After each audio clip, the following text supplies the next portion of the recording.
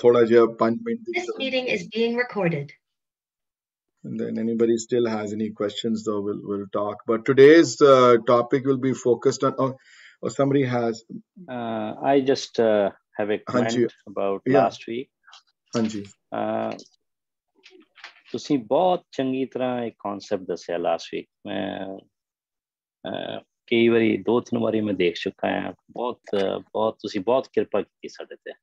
ਨਹੀਂ ਅਸੀਂ ਬਹੁਤ ਧੰਨਵਾਦੀ ਤੁਹਾਡਾ। ਮੈਂ ਕਿਰਪਾ ਤੁਸੀਂ ਮੇਰੇ ਤੇ ਕੀਤੀ ਹੈ, ਮੈਨੂੰ ਸੇਵਾ ਦਾ ਮੌਕਾ ਦਿੱਤਾ ਹੈ। ਮੈਂ ਕਿਰਪਾ ਮੈਂ ਨਹੀਂ ਕਿਸੇ ਤੇ ਕੀਤੀ, ਬਟ ਨਹੀਂ ਮੇਰੀ ਨੌਲੇਜ ਮੈਂ ਪਹਿਲੇ ਵੀ ਕਿਹਾ ਵੀਰ ਜੀ ਬੜੀ ਸੈਕੰਡ ਹੈਂਡ ਜੀ ਨੌਲੇਜ ਹੈ, you know. So first hand knowledge ਕੁਛ ਨਹੀਂ ਹੈ। ਫਸਟ ਹੈਂਡ ਨੌਲੇਜ ਉਹਨਾਂ ਦੀ ਹੈ ਜਿਨ੍ਹਾਂ ਨੇ ਜ਼ਿੰਦਗੀ ਵਿੱਚ ਕਮਾਈ ਕੀਤੀ ਹੈ, ਕੋਈ ਜਿਹੜੇ ਕਮਾਈ ਵਾਲੇ ਹਨ, ਜਿਹੜੇ ਤੇ ਕਮਾਈ ਵਾਲਿਆਂ ਦੀ ਜਿਹੜੇ ਐਕਸਪੀਰੀਐਂਸਿਸ ਹੁੰਦੇ ਨਾ ਵੀਰ ਜੀ, ਜਿਨ੍ਹਾਂ ਨੇ ਕਮਾਈ ਕੀਤੀ ਹੁੰਦੀ ਹੈ, ਉਹ ਜਦੋਂ ਆਪਣੇ ਐਕਸਪੀਰੀਐਂਸਿਸ ਜਦੋਂ ਲਿਖਦੇ ਨੇ ਨਾ, ਜਦੋਂ ਫਿਰ ਉਹਨਾਂ ਤੋਂ ਬੰਦਾ ਬਹੁਤ ਕੁਝ ਸਿੱਖ ਸਕਦਾ ਹੈ। ਤੇ ਮੇਰੇ ਵਰਗੇ ਜਿਹੜੇ ਸਿਰਫ ਬੋਲਦੇ ਹਨ, ਜਿਨ੍ਹਾਂ ਨੇ ਕਮਾਈ ਨਹੀਂ ਹੈ ਜ਼ਿੰਦਗੀ 'ਚ ਕੋਈ ਖਾਸ, ਉਹਨਾਂ ਵਾਸਤੇ ਫਿਰ ਬੜਾ ਉਹ ਫਿਰ ਸੈਕੰਡ ਹੈਂਡ ਹੈ ਸਾਰਾ ਕੁਝ। ਪਰ ਫਿਰ ਵੀ ਥੋੜੇ ਬਹੁਤ ਐਕਸਪੀਰੀਐਂਸਿਸ ਹੁੰਦੇ ਨੇ, ਯੂ ਨੋ। ਸੇ ਬੰਦਾ ਈਜ਼ੀ ਵਰਡ ਵਿੱਚ ਬਿਆਨ ਕਰ ਸਕਦਾ ਹੈ। ਅੱਜ ਵੀ ਬੜਾ ਵੱਡਾ ਚੈਲੰਜ ਹੈ ਵੀਰ ਜੀ, ਅੱਜ ਦਾ ਜਿਹੜਾ ਸੈਸ਼ਨ ਜਿਹੜਾ ਹੈ। ਇਟਸ 8:31। ਵਾਹਿਗੁਰੂ ਜੀ ਕਾ ਖਾਲਸਾ, ਵਾਹਿਗੁਰੂ ਜੀ ਕੀ ਫਤਿਹ everybody.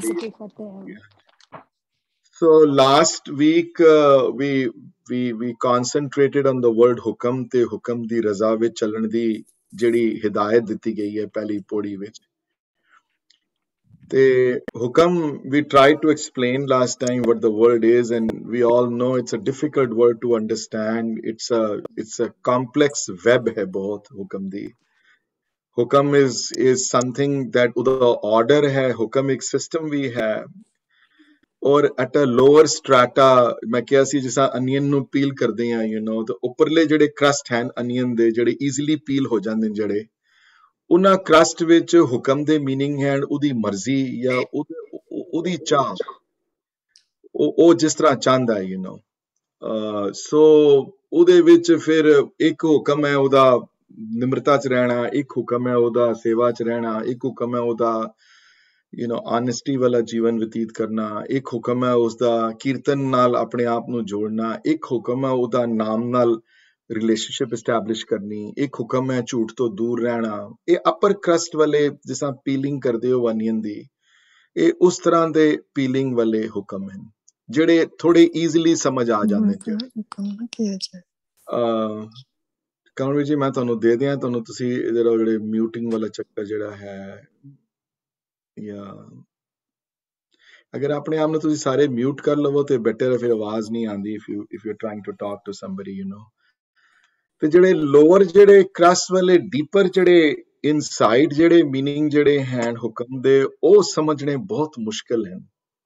ਕਿਉਂ ਹੋ ਰਿਹਾ ਕਿਸੇ ਨਾਲ, ਕਿਉਂ ਉਹਦਾ ਹੁਕਮ ਕੀ ਹੈ, ਕਿਉਂ ਕੋਈ ਬੰਦਾ ਡਿਪਰੈਸ਼ਨ ਚਲਾ ਜਾਂਦਾ ਹੈ, ਕੋਈ ਕਿਉਂ ਬੰਦਾ ਖੁਸ਼ ਰਹਿ ਜਾਂਦਾ ਹੈ, ਕੋਈ ਦਿਨ ਕਿਉਂ ਚੜ੍ਹਦਾ, ਕਿਉਂ ਜਾ ਜਦੋਂ ਸਵੇਰੇ ਉੱਠਦਿਆਂ ਸਾਰ you are in a very upbeat mood, ਕਿਉਂ ਹੁੰਦਾ ਕਈ ਵਾਰੀ ਕਿ ਬੰਦਾ ਸਭ ਕੁਝ ਹੁੰਦਿਆਂ ਸੌਂਦਿਆਂ ਘਰ ਸਾਰਾ ਕੁਝ ਹੁੰਦਿਆਂ ਸੌਂਦਿਆਂ ਬੰਦਾ ਉਦਾਸੀ ਚਲਾ ਜਾਂਦਾ ਹੈ, ਕਿਉਂ ਤੂਫਾਨ ਆਉਂਦੇ ਨੇ, ਕਿਉਂ ਸੁਨਾਮੀਆਂ ਆਉਂਦੀਆਂ, ਕਿਉਂ ਘੱਲੂਘਾਰੇ ਹੁੰਦੇ ਨੇ, ਕਿਉਂ ਹਿਟਲਰ ਆਉਂਦਾ ਹੈ, ਯੂ ਨੋ, ਕਿਉਂ ਔਰੰਗਜ਼ੇਬ ਆਉਂਦਾ ਇੱਥੇ, ਕੀ ਕਰਨ ਆਇਆ ਇੱਥੇ। ਇਹ ਕਈ ਇਹੋ ਜਿਹੇ ਬੜੇ ਇਹੋ ਜਿਹੇ ਕੁਐਸਚਨ ਜਿਹਦਾ ਜਵਾਬ ਮੇਰੇ ਕੋਲ ਨਹੀਂ ਹੈ, ਨਾ ਕਿਸੇ ਹੋਰ ਕੋਲ ਹੈ ਜਵਾਬ। ਉਹ ਜਵਾਬ ਸਿਰਫ ਇੱਕ ਬੰਦੇ ਕੋਲ ਹੈ, ਉਹ ਭਗਤਾਂ ਕੋਲ ਜਵਾਬ ਹੈ ਉਹਦਾ, ਹੈ ਨਾ, ਕਿਉਂਕਿ ਨਾਨਕ ਭਗਤਾਂ ਸਦਾ ਵਿਗਾਸ ਹੈ। ਭਗਤਾਂ ਕੋਲ ਜਵਾਬ ਕਿਉਂ ਹੈ? ਕਿਉਂਕਿ ਭਗਤਾਂ ਨੇ ਪ੍ਰੇਮ ਕੀਤਾ ਹੈ, ਭਗਤਾਂ ਦੇ ਨਾਮ ਦੀ ਕਮਾਈ ਕੀਤੀ ਹੈ। ਇਸ ਵਾਸਤੇ ਪ੍ਰਮਾਤਮਾ ਉਹਨਾਂ ਨੂੰ ਉਹ ਗਿਆਨ ਬਖਸ਼ਦੇ ਹਨ, ਉਹਨਾਂ ਨੂੰ ਪਤਾ ਹੈ ਕਿਉਂ ਕੀ ਹੋ ਰਿਹਾ ਹੈ। ਤੇ ਜਿਨ੍ਹਾਂ ਨੂੰ ਪਤਾ ਹੈ ਕਿਉਂ ਕੀ ਹੋ ਰਿਹਾ, ਉਹ ਖੁਸ਼ ਹਨ ਉਹਦੇ ਨਾਲ, ਉਹ ਉਹਦੀ ਰਜ਼ਾ ਵਿੱਚ ਹਨ। ਤੇ ਪਹਿਲੀ ਪੌੜੀ ਦਾ ਜਿਹੜਾ ਸਾਰ ਇਹ ਹੈ ਕਿ ਆਪਣੀ ਮਰਜ਼ੀ ਨਾਲ ਜੀਵਨ ਨਾ ਜੀਓ ਤੇ ਆਪਣੀ ਮਰਜ਼ੀ ਨੂੰ ਪ੍ਰਮਾਤਮਾ ਦੀ ਮਰਜ਼ੀ ਵਿੱਚ ਮਿਲਾ ਦਿਓ। ਆਪਣੀ ਮਰਜ਼ੀ ਨੂੰ ਉਸਦੀ ਖੁਸ਼ੀ ਵਿੱਚ ਆਪਣੀ ਖੁਸ਼ੀ ਜਾਣੋ, ਉਹਦੀ ਖੁਸ਼ੀ ਵਿੱਚ ਆਪਣੀ ਖੁਸ਼ੀ ਨਾਲ ਮਾਣ ਕਰੋ ਉਸ ਖੁਸ਼ੀ ਦਾ।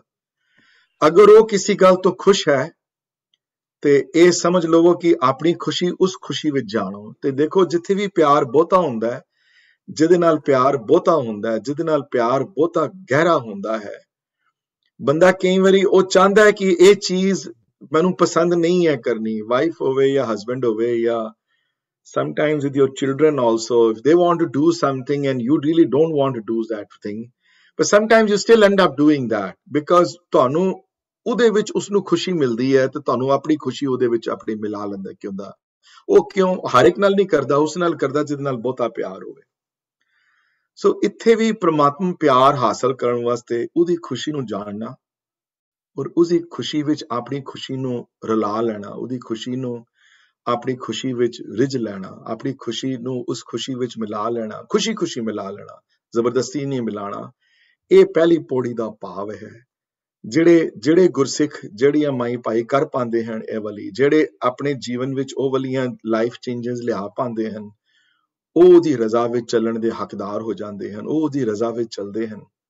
ਉਹ ਫਿਰ ਦਿਨ ਰਾਤ ਬਿਲਾਵਲ ਤੇ ਕਲਿਆਣ ਗਾਉਂਦੇ ਹਨ, ਦਿਨ ਰਾਤ ਉਹਦੇ ਗੁਣ ਗਾਉਂਦੇ ਹਨ। ਉਹਦੇ ਗੁਣ ਗਾਇਨ ਵਿੱਚ ਉਹਨਾਂ ਨੂੰ ਖੁਸ਼ੀ ਮਿਲਦੀ ਹੈ, ਉਹਦੇ ਗੁਣ ਗਾਇਨ ਵਿੱਚ ਉਹਨਾਂ ਨੂੰ ਅੰਦਰਲਾ ਸੁੱਖ ਪ੍ਰਤੀਤ ਹੁੰਦਾ ਹੈ। ਜਿਹਦੇ ਵਿੱਚ ਉਹ ਖੁਸ਼ੀ ਮਿਲਦੀ ਹੈ, ਉਹ ਸੇਵਾ ਵਿੱਚ ਫਿਰ ਉਹ ਗਰੀਬ ਦਾ ਮੂੰਹ ਗੁਰੂ ਕੀ ਗੋਲਕ ਜਾਣਦੇ ਹਨ, ਦੂਸਰਿਆਂ ਦੀ ਸੇਵਾ ਕਰਦੇ ਹਨ, ਦੂਸਰਿਆਂ ਦੇ ਦੁੱਖ ਦੂਰ ਕਰਦੇ ਹਨ। ਇਹ ਕੰਪੈਸ਼ਨ ਵਾਲਾ ਜਿਹੜਾ ਹਿੱਸਾ ਜਿਹੜਾ ਹੈ ਉਹਦਾ ਇਹ ਅਪਣਾਉਂਦੇ ਨੇ ਆਪਣੀ ਲਾਈਫ ਵਿੱਚ। ਹੌਲੀ ਹੌਲੀ ਜਦੋਂ ਇਸ ਪਾਸੇ ਬੰਦਾ ਟੁਰਦਾ ਹੈ, ਆਪਣੀ ਲਾਈਫ ਨੂੰ ਉਸ ਪਾਸੇ ਬਦਲਦਾ ਹੈ, ਨੋਟਿਸ ਕਰੋਗੇ ਤੁਸੀਂ 6 ਮਹੀਨੇ ਬਾਅਦ, ਸਾਲ ਬਾਅਦ, 2 ਸਾਲ ਬਾਅਦ, 3 ਸਾਲ ਬਾਅਦ, 5 ਸਾਲ ਬਾਅਦ, 10 ਸਾਲ ਬਾਅਦ ਬਹੁਤ ਜ਼ਿਆਦਾ ਜੁੜਨ ਨਾਲ ਜਿਹੜੇ ਲੋਅਰ ਜਿਹੜੇ ਹੁਕਮ ਦੇ ਜਿਹੜੇ ਉਹ ਪੀਲਿੰਗ ਜਿਹੜੀ ਹੈ ਲੋਅਰ ਲੈਵਲ ਦਾ ਹੁਕਮ ਦੀ, ਜਿਸ ਤਰ੍ਹਾਂ ਮੈਂ ਕਿਹਾ ਸੀ ਅਨੀਅਨ ਦੇ ਜਿਹੜੇ ਪਹਿਲੇ ਲੈਵਲ ਈਜ਼ੀਅਰ ਹਨ, ਜਿਹੜੇ ਇੰਟਰਨਲ ਲੈਵਲ ਜਿਹੜੇ ਹਨ ਉਹ ਵੀ ਤੁਹਾਨੂੰ ਰਿਵੀਲ ਹੋ ਜਾਂਦੇ ਨੇ। ਸੁਖਮਨੀ ਸਾਹਿਬ ਦੀ 23rd ਅਸ਼ਟਪਦੀ ਵਿੱਚ ਗਿਆਨ ਬਾਰੇ ਡਿਸਕਸ਼ਨ ਆਈ ਹੈ ਤੇ ਉਹ ਜਿਹੜਾ ਗਿਆਨ ਅੰਤਰਲਾ ਜਿਹੜਾ ਗਿਆਨ ਜਿਹੜਾ ਹੈ ਗਿਆਨ ਅੰਜਨ ਗੁਰ ਦੀਆ ਅਗਿਆਨ ਅੰਧੇਰ ਬਿਨਾਸ਼ ਵਰਡ ਆਏ ਹਨ 23rd ਅਸ਼ਟਪਦੀ ਵਿੱਚ। ਕਿਉਂਕਿ ਉਹ ਫਿਰ ਜਦੋਂ ਗਿਆਨ ਦਾ ਸੁਰਮਾ ਫਿਰ ਸਤਿਗੁਰ ਲਗਾਉਂਦੇ ਹਨ ਅੱਖਾਂ ਨੂੰ, ਫਿਰ ਸਡਨਲੀ ਇਹ ਅੱਖਾਂ ਕੁਝ ਹੋਰ ਮਹਿਸੂਸ ਕਰਦੀਆਂ ਹਨ ਦੇਖਣਾ ਜੋ ਪਹਿਲੇ ਮਹਿਸੂਸ ਨਹੀਂ ਕਰ ਸਕਦੀਆਂ ਸਨ। ਸਡਨਲੀ ਇਹ ਨੱਕ ਕੁਝ ਹੋਰ ਸੁੰਘ ਸਕਦੇ ਹਨ, ਸਡਨਲੀ ਇਹ ਤਵਚਾ ਇਹ ਜਿਹੜੀ ਤੁਹਾਡੀ ਸਕਿਨ ਹੈ ਕੁਝ ਹੋਰ ਮਹਿਸੂਸ ਕਰਦੀ ਹੈ ਜਿਹੜੀ ਪਹਿਲੇ ਕਦੀ ਮਹਿਸੂਸ ਨਹੀਂ ਕਰ ਪਾਉਂਦੀ ਸੀ। ਸੋ ਉਹ ਇਹ ਗੱਲਾਂ ਫਿਰ ਅੱਗੇ ਚਲਦੀਆਂ ਹਨ। ਤੇ ਸੈਕੰਡ ਪੌੜੀ ਵਿੱਚ ਜਿਹੜਾ ਕੜੀ ਜੋੜੀ ਨੇ, ਜਿਹੜੀ ਪਹਿਲੀ ਪੌੜੀ ਵਿੱਚ ਹੁਕਮ ਦੀ ਰਜ਼ਾ ਵਿੱਚ ਚੱਲਣ ਦਾ ਹੁਕਮ ਹੈ ਤੇ ਦੂਸਰੀ ਪੌੜੀ ਵਿੱਚ ਉਸ ਹੁਕਮ ਦੀ ਵਿਆਖਿਆ ਕਰਦੇ ਹਨ, ਉਹ ਹੁਕਮ ਕੀ ਹੈ। ਤੇ ਹੁਕਮ ਤੇ ਕੋਈ ਨਹੀਂ ਪਛਾਣ ਸਕਦਾ ਉਹਦਾ, ਹੁਕਮ ਤੇ ਕਿਸੇ ਨੂੰ ਨਹੀਂ ਪਤਾ ਕੀ ਹੈ ਉਹਦਾ, ਉਹ ਜਾਣਦਾ ਹੈ ਉਹਦਾ ਹੁਕਮ ਕੀ ਹੈ। ਲੇਕਿਨ ਇਹ ਕਹਿੰਦੇ ਹਨ ਕਿ ਅਸੀਂ ਹੁਕਮ ਨੂੰ ਜਾਣ ਨਹੀਂ ਸਕਦੇ, ਹਾਂ ਹੁਕਮ ਜੋ ਕਰ ਰਿਹਾ ਹੈ ਅਸੀਂ ਉਹਦੇ ਬਾਰੇ ਤੁਹਾਨੂੰ ਕੁਝ ਦੱਸ ਸਕਦੇ ਹਾਂ ਕਿ ਹੁਕਮ ਕੀ ਕਰਦਾ ਪਿਆ ਹੈ, ਹੁਕਮ ਕੀ ਕਰਨ ਵਿੱਚ ਸਮਰੱਥ ਹੈ। ਤੇ ਉਹਦੇ ਵਿੱਚ ਫਿਰ ਬੜੀਆਂ ਚੀਜ਼ਾਂ ਆਈਆਂ, ਹੁਕਮੀ ਹੋਵਣ ਹਕਾਰ, ਹੁਕਮ ਨਾ ਕਿਹਾ ਜਾਏ, ਹੁਕਮੀ ਹੋਵਣ ਜੀ, ਹੁਕਮ ਮਿਲੇ ਵਡਿਆਈ, ਹੁਕਮ। ਸੋ ਇਹ ਜਿਹੜੀਆਂ ਚੀਜ਼ਾਂ ਹੁਕਮ ਜੋ ਕਰਦਾ ਪਿਆ ਹੈ, ਹੁਕਮ ਜੋ ਇਹ ਚੀਜ਼ਾਂ ਜੋ ਹੁਕਮ ਕਰਨ ਵਿੱਚ ਸਮਰੱਥ ਹੈ, ਉਹ ਹੁਕਮ ਜਿਹੜਾ ਵੈ ਉਸ ਹੁਕਮ ਦੇ ਉੱਤੇ ਫੋਕਸ ਕਰਕੇ ਇਹ ਪੌੜੀ ਲਿਖੀ ਗਈ ਹੈ। ਹਾਂਜੀ, ਸੋ ਇਸ ਪੌੜੀ ਦਾ ਜਿਹੜਾ ਸਾਰ ਹੈ, ਦੂਸਰੀ ਪੌੜੀ ਦਾ ਜਿਹੜੀ ਇੰਟ੍ਰਿੰਸਿਕ ਜਿਹੜੀ ਥਾਟ ਪ੍ਰੋਸੈਸ ਹੈ, ਜਾਂ ਕਹਿ ਲਵੋ ਸੈਂਟਰਲ ਜਿਹੜਾ ਥਾਟ ਪ੍ਰੋਸੈਸ ਹੈ, ਜਾਂ ਰਹਾਉ ਦੀਆਂ ਪੌੜੀਆਂ ਤੇ ਨਹੀਂ ਹਨ, ਰਹਾਉ ਦੀਆਂ ਪੰਕਤੀਆਂ ਤੇ ਨਹੀਂ ਹਨ ਜਪਜੀ ਵਿੱਚ, ਪਰ ਜਨਰਲੀ ਸਪੀਕਿੰਗ ਜਪਜੀ ਦੀਆਂ ਰਹਾਉ ਦੀਆਂ ਪੰਕਤੀਆਂ ਜਿਹੜੀਆਂ ਹਨ, ਜਿਹਦੇ ਵਿੱਚ ਸਾਰਾ ਸਾਰ ਛੁਪਿਆ ਹੋਇਆ, ਉਹ ਅਖੀਰਲੀ ਲਾਈਨ ਚ ਆਏਗਾ। ਉਹ ਸੈਕੰਡ ਪੌੜੀ ਦੀ ਜਿਹੜੀ ਲਾਸਟ ਲਾਈਨ ਜਿਹੜੀ ਦਿੱਤੀ ਜਿਹੜੀ ਹੈ, ਉਸ ਪੌੜੀ ਵਿੱਚ ਉਹਨਾਂ ਨੇ ਕਲੈਰਿਟੀ ਕਰ ਦਿੱਤੀ ਹੈ ਕਿ ਕੀ ਕਹਿੰਦੇ ਪਏ ਹਨ ਮਹਾਰਾਜ, ਕਿਸ ਗੱਲ ਤੇ ਫੋਕਸ ਕਰਦੇ ਪਏ ਹਨ, ਕਿਹੜੀ ਗੱਲ ਸਮਝਾਉਣਾ ਚਾਹੁੰਦੇ ਹਨ। ਸਮਝਾਉਣਾ ਇਹ ਚਾਹੁੰਦੇ ਹਨ ਕਿ ਹੁਕਮ, ਜਿਸ ਬੰਦੇ ਨੇ ਹੁਕਮ ਨੂੰ ਬੁੱਝ ਲਿਆ ਹੈ ਉਹਦੇ ਵਿੱਚ ਹਉ ਨਹੀਂ ਆਉਂਦੀ। ਤੇ ਮੈਂ ਜੇ ਉਲਟਾ ਕਵਾਂ, ਜਿਸ ਨੇ ਹਉ ਨੂੰ ਬੁੱਝ ਲਿਆ ਹੈ ਉਹਦੇ ਵਿੱਚ ਹੁਕਮ ਜਿਹੜਾ ਵੈ ਪ੍ਰਤੱਖ ਹੋ ਜਾਂਦਾ ਹੈ। ਉਹਦੇ ਵਿੱਚ ਜਿਹੜਾ ਹਉ ਨੂੰ ਬੁੱਝਦਾ ਹੈ ਉਹਦੇ ਵਿੱਚ ਉਸ ਬੰਦੇ ਨੂੰ ਫਿਰ ਹਉ ਬੁੱਝਣ ਦੇ ਨਾਲ ਹੁਕਮ ਦੀ ਸੋਝੀ ਆਣੀ ਸ਼ੁਰੂ ਹੋ ਜਾਂਦੀ।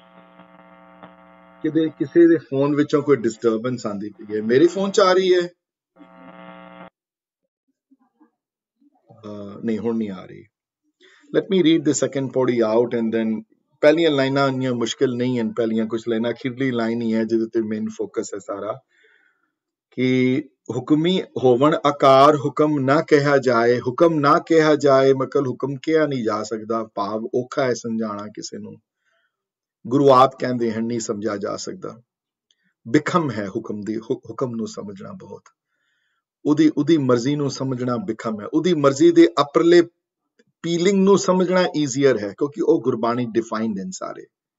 ਉਹ ਨਿਮਰਤਾ ਹੈ, ਹਾਂਜੀ, ਉਹ ਕੰਪੈਸ਼ਨ ਹੈ, ਉਹ ਕਰੁਣਾ ਹੈ, ਉਹ ਸੇਵਾ ਹੈ, ਉਹ ਫਰਗਿਵਨੈਸ ਹੈ, ਉਹ ਖਿਮਾ ਦਾ ਗੁਣ ਹੈ, ਉਹ ਕੀਰਤਨ ਹੈ, ਉਹ ਨਾਮ ਹੈ, ਉਹਦਾ ਪਿਆਰ ਹੈ ਜੋ ਸਾਰੀਆਂ ਜੀਆਂ ਵਿੱਚ ਹੈ। ਉਹ ਸਮਝਣੇ ਈਜ਼ੀਅਰ ਹਨ। ਪਰ ਹੁਕਮ ਦੇ ਇੰਟ੍ਰਿੰਸਿਕ, ਉਹਦੇ ਹੁਕਮ 'ਚ ਕੀ ਹੋ ਰਿਹਾ, ਕਿਉਂ ਕੀ ਹੋ ਰਿਹਾ, ਕਿਉਂ ਕਿਸੇ ਨਾਲ ਬੁਰਾ ਹੋ ਰਿਹਾ,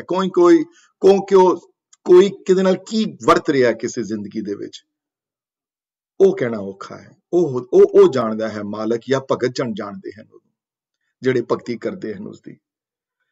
ਤੇ ਅਗਲੇ ਜਿਹੜੇ ਵਰਡ ਆਏ ਹਨ ਉਹ ਕਹਿੰਦੇ ਨੇ ਕਿ ਹੁਕਮ ਨੂੰ ਬਿਆਨ ਤੇ ਨਹੀਂ ਕਰ ਸਕਦੇ, ਪਰ ਹੁਕਮ ਜੋ ਕਰ ਰਿਹਾ ਹੈ, ਹੁਕਮ ਜੋ ਕਰਦਾ ਪਿਆ ਹੈ, ਉਹ ਅਸੀਂ ਦੱਸ ਰਹੇ ਹਾਂ ਤੁਹਾਨੂੰ।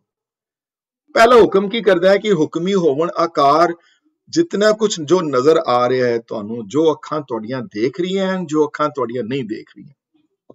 ਕੁਰਾਨ ਵਿੱਚ ਜਿਹੜੀ ਫਜ਼ਲ ਦੀ ਨਮਾਜ਼ ਹੈ, ਜਿਹੜੀ ਪਹਿਲੀ ਜਿਹੜੀ ਨਮਾਜ਼ ਪੜ੍ਹਦੇ ਹਨ, ਜਿਹੜੀ ਸਵੇਰੇ ਅੰਮ੍ਰਿਤ ਵੇਲੇ ਵਾਲੀ, ਉਹਦੇ ਵਿੱਚ ਬੜੀਆਂ ਸੋਹਣੀਆਂ ਪੰਕਤੀਆਂ ਆਉਂਦੀਆਂ ਹਨ ਕਿ ਹੇ ਮੇਰੇ ਦਾਤਾ, ਹੇ ਮੇਰੇ ਅੱਲਾ, ਅੱਖਾਂ ਮੇਰੀਆਂ ਜੋ ਦੇਖਦੀਆਂ ਹਨ ਜਾਂ ਜੋ ਨਹੀਂ ਦੇਖ ਰਹੀਆਂ, ਕੰਨ ਜੋ ਮੇਰੇ ਸੁਣ ਰਹੇ ਹਨ ਜਾਂ ਨਹੀਂ ਸੁਣ ਰਹੇ, ਹੇ ਮੇਰੇ ਦਾਤਾ, ਜੋ ਮੇਰੇ त्वचा टच करती पी है या नहीं टच करती पी, सब करण कराने वाले तुसी और कोई नहीं, सब करण कर।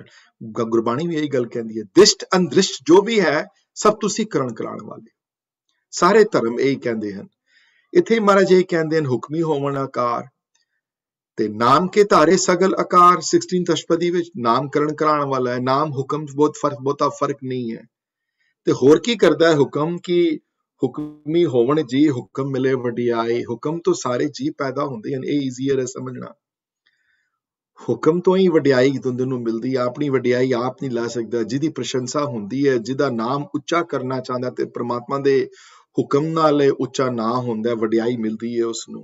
ये लाइनां ईजीयर हैं समझनियां, बहुतियां औखियां नहीं हैं। हुक्मी उत्तम नीच, उत्तम हो जाना मतलब उच्चा हो जाना, नीवा चले जाना, चाहे इंटैलेक्चुअली नीवा जाए या इकोनॉमिकली नीवा जाए बंदा, उत्तम ते नीच हो जाना यह भी उहदे अख्तियार विच है, हुक्म दे अख्तियार विच है सारा। हुक्म लिख दुख सुख पाई है, दुख सुख हुक्म देंदा है, दुख सुख तुसी आप नहीं देंदे, तुहाडे कर्म डिसाइड करदे हैं। हुक्म किन करा डिसाइड कर, हुक्म आपे कुछ नहीं करदा, हुक्म तुहाडे कर्मां दे हिसाब दे नाल तुहानूं दुख सुख देंदा है। दुख सुख दे देणहार हुक्म है, पर दुख सुख दे इंट्रिंसिक तुहाडे हाथ विच है, तुसी की करदे हो उहदे हिसाब नाल दुख सुख तुहाडे जीवन च आंदे हन। ते इक ना हुक्मी बख्शीस, एक हुक्मी सदा भवाई, ये भी कोई मुश्किल थॉट प्रोसेस नहीं है। उहदे हुक्म नाल किसे दे उत्ते बख्शिश हो जांदी है, किसे उत्ते मेहरबान हो जांदा है, ते किसी दे उत्ते नहीं मेहरबान जिहदे उत्ते हुंदा फिर ਉਹਨੂੰ सदा भुआई और भुआ के रखदा है, भाव हमेशा भंबल फेरिया च रहिंदा बंदा, किधरे पहुंच नहीं सकदा। ते हुक्मे अंदर सब को, बाहर हुक्म ना कोई, हुक्म दे अंदर उस सिस्टम दे अंदर सारे हैं, बाहर कोई भी नहीं है उस हुक्म दे। हाँ ये है कि कई उस हुक्म की पालना खुशी नाल करके अपना जीवन उस तरह मोड़ लैंदे हैं जिहड़ी हुक्म दी रज़ा विच चलदे हैं, ते कई मेरे वर्गे हैं जबरदस्ती उस हुक्म विच चलदे हैं, क्योंकि चारा ते किसी कोल भी नहीं है ना। हुण जे टेंपरेचर ईस्ट कोस्ट ते बाहर हुण बड़ी ठंड है या किधरे भी है, तो ये तो नहीं कह सकदा कि बंदा कि मेरा मैं चेंज कर दें टेंपरेचर 20 डिग्री वधा दें या 20 डिग्री घटा दें, तुहाडे हाथ विच नहीं है। जो मालिक दा हुक्म है होना उंज ही है। हुण तक दी गल क्लीयर है बड़ी, हुण तक दी गल कोई नहीं औखी नहीं है। हुण तक दी गल यही कही ने कि हुक्म करण कराने वाला हुक्म है सारा। तुहाडे कर्म तुसी जो करदे हो हुक्म उहदे अनुसार तुहाडे दुख सुख देंदा है। अगला टॉपिक औखा है, अगलियां लाइनां औखियां हैं। अगलियां लाइनां ते 1000 पेज कोई लिख देवे ते इनफ नहीं है।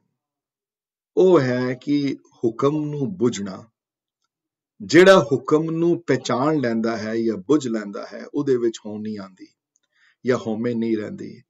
या मैं उल्टा कवां, जिहड़ा होमे नूं बुझ लैंदा है, होमे बुझे तां दर सूझे, ते जिहड़ा होमे नूं बुझ लैंदा है ते समझ लो नाम दी सोझी उसनूं आ जांदी है, परमात्मा दी सोझी उसनूं आ जांदी है। इत्थे मैं हुण रुकना चाहंदा एक सेकंड वास्ते। डिजीजेस बड़ियां तरीके दी डिजीजेस होंदियां, एक वाइस है ਉਹ ਹੈ ਕਾਮ ਕ੍ਰੋਧ ਲੋਭ ਮੋਹ ਅਹੰਕਾਰ। ਅਹੰਕਾਰ ਲਾਸਟ ਵਿੱਚ ਆਂਦਾ ਹੈ ਤੇ ਇਹ ਅਹੰਕਾਰ ਵਾਲੀ ਵਾਈਸ ਜਿਹੜੀ ਹੈ ਇਹ ਸਭ ਤੋਂ ਖਤਰਨਾਕ ਵਾਈਸ ਹੈ। ਲੋਭ ਵਾਲੀ ਵਾਈਸ ਦਾ ਇਲਾਜ ਹੈ, ਮੋਹ ਵਾਲੀ ਵਾਈਸ ਦਾ ਇਲਾਜ ਹੈ, ਬਾਕੀ ਕ੍ਰੋਧ ਵਾਲੀ ਵਾਈਸ ਦਾ ਇਲਾਜ ਹੈ। ਅਹੰਕਾਰ ਵਾਲੀ ਵਾਈਸ ਜੇ ਆ ਗਈ ਹੈ ਨਾ ਕਿਸੇ ਵਿੱਚ ਤੇ ਸਮਝ ਲਓ ਉਹ ਪ੍ਰਮਾਤਮਾ ਦੇ ਬਹੁਤ ਦੂਰ ਚਲਾ ਗਿਆ, ਇਤਨਾ ਦੂਰ ਕਿ ਉੱਥੋਂ ਵਾਪਸ ਆਣਾ ਜੇ ਬਹੁਤ ਵਿਰਲੇ ਹਨ ਜਿਹੜੇ ਵਾਪਸ ਆ ਸਕਦੇ ਹਨ ਉਸ ਜਗ੍ਹਾ ਤੋਂ। ਸ਼ਲੋਕ ਸੰਸਕ੍ਰਿਤੀ ਵਿੱਚ ਮੈਂ ਲਾਸਟ ਟਾਈਮ ਵੇਖਿਆ ਸੀ ਕਿ ਅਹੰਕਾਰ ਦੀ ਜਦੋਂ ਡੈਫੀਨੇਸ਼ਨ ਦਿੱਤੀ ਨੇ ਸ਼ਲੋਕ ਸੰਸਕ੍ਰਿਤੀ ਵਿੱਚ ਤੇ ਉੱਥੇ ਉਸਨੂੰ ਉਸ ਡੈਫੀਨੇਸ਼ਨ ਅਸਾਧਯ ਰੋਗੀਆਂ ਕਿਹਾ ਹੈ। ਇਹ ਰੋਗ ਇਹੋ ਜਿਹਾ ਹੈ ਜਿਹੜਾ ਸਾਧਿਆ ਨਹੀਂ ਜਾ ਸਕਦਾ। ਇੱਥੇ ਤੱਕ ਵਰਡ ਆਏ ਹਨ ਸ਼ਲੋਕ ਸੰਸਕ੍ਰਿਤੀ ਵਿੱਚ ਅਹੰਕਾਰ ਬਾਰੇ ਕਿ ਇਹ ਰੋਗ ਜਿਸ ਨੂੰ ਲੱਗ ਗਿਆ ਜਾਂ ਇਹ ਵਾਈਸ ਜਿਸ ਨੂੰ ਲੱਗ ਗਈ ਉਹ ਪ੍ਰਮਾਤਮਾ ਤੋਂ ਸਿਵਾਏ ਕੋਈ ਹੋਰ ਠੀਕ ਕਰਨ ਵਾਲਾ ਨਹੀਂ ਹੈ। ਵੈਦਯੰ ਪਾਰਬ੍ਰਹਮ ਪਰਮੇਸ਼ਰ ਵਰਡ ਆਏ ਹਨ ਉੱਥੇ। ਇਹਦਾ ਵੈਦ ਇਹਨੂੰ ਠੀਕ ਕਰਨ ਵਾਲਾ ਸਿਰਫ ਪ੍ਰਮਾਤਮਾ ਹੈ, ਹੋਰ ਕੋਈ ਠੀਕ ਨਹੀਂ ਕਰ ਸਕਦਾ। ਸੋ ਅਹੰਕਾਰੀ ਬੰਦੇ ਦੀਆਂ ਜਿਹੜੀਆਂ ਕੁਦਰਤੀ ਜਿਹੜੀਆਂ ਫੀਲਿੰਗ ਜਿਹੜੀਆਂ ਹਨ ਉਹ ਬੜੀਆਂ ਡਿਫਰੈਂਟ ਹਨ। ਫੋਰ ਐਗਜ਼ਾਮਪਲ ਅਹੰਕਾਰੀ ਬੰਦਾ ਤੁਸੀਂ ਜਦੋਂ ਦੇਖੋਗੇ ਉਸਨੂੰ ਜਾਂ ਉਹਦੇ ਪਹਿਨਾਵੇ ਤੋਂ ਜਾਂ ਉਹਦੇ ਗੱਲ ਕਰਨ ਦੇ ਤਰੀਕੇ ਤੋਂ, ਉਹ ਬੈਠੇਗਾ ਉੱਠੇਗਾ ਤੇ ਤੁਹਾਨੂੰ ਪਤਾ ਲੱਗ ਜਾਏ ਕਿ ਅਹੰਕਾਰੀ ਹੈ। ਉਹਦੀ ਚਾਲ ਵਿੱਚ ਅਹੰਕਾਰ ਹੋਏਗਾ, ਉਹਦੀ ਬਾਡੀ ਲੈਂਗੁਏਜ ਵਿੱਚ ਅਹੰਕਾਰ ਹੋਏਗਾ। ਉਹ ਗੱਲ ਤੇ ਤੁਹਾਨੂੰ ਨੀਚਾ ਦਿਖਾਏਗਾ, ਗੱਲ ਤੇ ਇਸ ਗੱਲ ਨੂੰ ਜਣਾਏਗਾ ਕਿ ਮੈਂ ਸਭ ਤੋਂ ਅਮੀਰ ਹਾਂ ਜਾਂ ਮੈਂ ਸਭ ਤੋਂ ਜ਼ਿਆਦਾ ਪਾਵਰਫੁਲ ਹਾਂ। ਤੁਹਾਨੂੰ ਬਹੁਤ ਮਿਹਨਤ ਨਹੀਂ ਕਰਨੀ ਪਏਗੀ ਉਸ ਗੱਲ ਦੇ ਉੱਤੇ, ਉਸ ਗੱਲ ਦੇ ਉੱਤੇ ਬਹੁਤਾ ਫੋਕਸ ਨਹੀਂ ਕਰਨਾ ਪਏਗਾ। ਤੁਹਾਨੂੰ 1 ਸੈਕਿੰਡ ਪਤਾ ਲੱਗ ਜਾਏ ਅਹੰਕਾਰ ਦੀ ਬੂ ਦੇ ਸਰੀਰ ਦੇ ਵਿੱਚੋਂ ਆਏਗੀ, ਉਹਦੇ ਵਿੱਚੋਂ ਉਹ ਦੁਰਗੰਧ ਜਿਹੜੀ ਹੈ ਅਹੰਕਾਰ ਦੀ ਉਹ ਸਰੀਰ ਦੇ ਵਿੱਚੋਂ ਪ੍ਰਗਟ ਹੋਏਗੀ। ਉਹਦੇ ਨਹੀਂ ਕਰ ਸਕਦਾ ਉਹ ਉੱਠਣ ਬੈਠਣ ਚ ਪਤਾ ਲੱਗ ਜਾਏ। ਇੱਕ ਤੇ ਅਹੰਕਾਰੀ ਬੰਦੇ ਦਾ ਇਹ ਹੁੰਦਾ ਹੈ ਕਿ ਅਹੰਕਾਰੀ ਬੰਦੇ ਦਾ ਇੱਕ ਹੁੰਦਾ ਹੈ ਕਿ ਅਹੰਕਾਰੀ ਬੰਦਾ ਆਪਣੇ ਆਪ ਤੋਂ ਸਭ ਤੋਂ ਜ਼ਿਆਦਾ ਸਿਆਣਾ ਸਮਝਦਾ ਹੈ, ਸਭ ਤੋਂ ਜ਼ਿਆਦਾ ਅਮੀਰ ਪਾਵਰਫੁਲ ਸਿਆਣਾ ਜੋ ਵੀ ਮਰਜ਼ੀ, ਔਰ ਦੂਸਰੇ ਨੂੰ ਬਿਲਕੁਲ ਕੁਝ ਨਹੀਂ ਸਮਝਦਾ। ਅਗਰ ਉੱਥੇ ਗੱਲ ਪਹੁੰਚ ਗਈ ਹੈ ਤੇ ਉਹ ਡਿਜ਼ੀਜ਼ ਜਿਹੜੀ ਹੈ ਉਹ ਕੈਂਸਰ ਹੈ। ਉਹ ਉਸ ਸਟੇਜ ਤੋਂ ਆਣਾ ਨਿਕਲਣਾ ਬਹੁਤ ਔਖਾ ਹੈ ਕਿਉਂਕਿ ਉਹਨੂੰ ਫਿਰ ਬਹੁਤ ਮਿਹਨਤ ਕਰਨੀ। ਕੋਈ ਵਿਰਲਾ ਹੀ ਕੋਈ ਹੈ ਉਸ ਸਟੇਜ ਆ, ਕੋਈ ਜ਼ਿੰਦਗੀ ਚੋਟ ਲੱਗੇ ਕਿਸੇ ਨੂੰ ਤੇ ਬੰਦਾ ਵਾਪਸ ਆ ਸਕੇ ਉਸ ਜਗ੍ਹਾ ਤੋਂ, ਨਹੀਂ ਤੇ ਬਹੁਤ ਮੁਸ਼ਕਿਲ ਹੈ। ਇੱਕ ਸਪਿਰਿਚੁਅਲ ਰੋਗ ਹੋਰ ਵੀ ਹੈ ਲੈਸਰ ਡਿਗਰੀ ਵਾਲਾ, ਜਿਸ ਗੁਰਬਾਣੀ ਵਿੱਚ ਜਿਹਨੂੰ ਹਉਮੈ ਕਿਹਾ ਗਿਆ ਹੈ ਜਾਂ ਹਉ ਕਿਹਾ ਗਿਆ ਹੈ। ਇਹ ਸਪਿਰਿਚੁਅਲ ਡਿਜ਼ੀਜ਼ ਹੈ। ਇਹ ਡਿਜ਼ੀਜ਼ ਇਹ ਵਾਈਸ ਨਹੀਂ ਹੈ ਡਿਜ਼ੀਜ਼। ਸੋ ਕਾਮ ਕ੍ਰੋਧ ਲੋਭ ਮੋਹ ਅਹੰਕਾਰ ਵਿੱਚ ਨਹੀਂ ਆਉਂਦੀ, ਇਹ ਪੰਜਾਂ ਵਿੱਚ ਨਹੀਂ ਆਉਂਦੀ ਹਉ ਵਾਲਾ ਕੰਮ। ਹਉ ਵਾਲੀ ਡਿਜ਼ੀਜ਼ ਜਿਹੜੀ ਹੈ ਇਹ ਪਿਓਰਲੀ ਸਪਿਰਿਚੁਅਲ ਹੈ। ਔਰ ਇਹ ਯਾਦ ਰੱਖੀਏ ਗੁਰੂ ਨਾਨਕ ਦੇਵ ਜੀ ਦਾ ਆਪਣਾ ਕਨਸੈਪਟ ਹੈ। ਪਿਛਲੇ ਕਿਧਰੇ ਸਨਾਤਨੀ ਧਰਮਾਂ ਵਿੱਚ ਇਹ ਹਉ ਵਾਲੀ ਡਿਸਕਸ਼ਨ ਕਿਧਰੇ ਨਹੀਂ ਆਈ। ਵੈਸਟਰਨ ਰਿਲੀਜਨ ਚ ਇਹ ਵੈਸਟਰਨ ਥਿਓਲੋਜੀ ਚ ਵੀ ਦਾ ਨਾਂ ਹੀ ਨਹੀਂ ਹੈ ਕੋਈ। ਸੋ ਹਉਮੈ ਦੀ ਇੰਗਲਿਸ਼ ਕੋਈ ਟ੍ਰਾਂਸਲੇਸ਼ਨ ਨਹੀਂ ਹੈ। ਬੜੀ ਲੋਕ ਨਾ ਸਮਝੀ ਦੇ ਕਾਰਨ ਕਈ ਵਾਰੀ ਹਉ ਦੀ ਟ੍ਰਾਂਸਲੇਸ਼ਨ ਈਗੋ ਕਰ ਲੈਂਦੇ ਹਨ, ਪਰ ਈਗੋ ਨਹੀਂ ਹੈ ਹਉ। ਈਗੋ ਅਹੰਕਾਰ ਹੈ। ਈਗੋ ਹੈ ਆਪਣੇ ਆਪ ਨੂੰ ਵੱਡਾ ਜਾਣਨਾ, ਆਪਣੇ ਆਪ ਨੂੰ ਸਭ ਤੋਂ ਉੱਚਾ ਜਾਣਨਾ, ਉਹ ਈਗੋ ਹੈ। ਸੋ ਹਉ ਦਾ ਇਸ਼ੂ ਇਹ ਹੈ ਕਿ ਹਉ ਕੀ ਹੈ, ਕੀ ਹੈ ਹਉ। ਸੋ ਲੈਟ ਮੀ ਸ਼ੇਅਰ ਮਾਈ ਸਕਰੀਨ ਦੋ।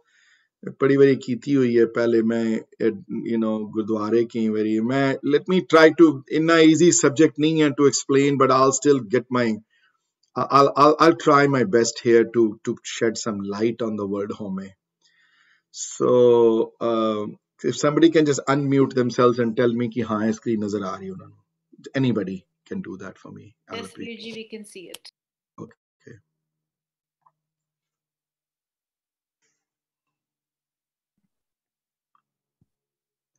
So let me just show you something. ਤਿੰਨ ਤਰ੍ਹਾਂ ਦੇ ਇੱਕ ਅਗਰ ਮੈਂ ਕਹਾਂ ਕਿ 3 ਤਰ੍ਹਾਂ ਦੀਆਂ ਬਿਰਤੀਆਂ ਹਨ ਜਾਂ 3 ਤਰ੍ਹਾਂ ਦੀਆਂ ਥਿੰਕਿੰਗ ਹਨ।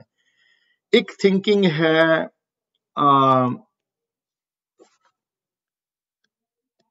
I am the best ਜਾਂ I am the most superior and rest are idiots basically, या stupid and बाकी सारे। ਤੇ ਮੈਂ ਸਭ ਤੋਂ ਸਿਆਣਾ ਹਾਂ। ਇੱਕ ਇਹ ਹੈ, ਹਾਂਜੀ, ਇੱਕ ਇਹ ਸਟੇਜ ਹੈ ਲਾਈਫ ਦੀ, ਅਗਰ ਇੱਥੇ ਹੈ ਕੋਈ ਬੈਠਾ ਹੋਇਆ। ਤੇ ਇੱਕ ਹੈ ਆਈ ਐਮ, ਮੈਂ ਹਾਂ ਕੁਛ, ਮੇਰੀ ਹੋਂਦ ਹੈ।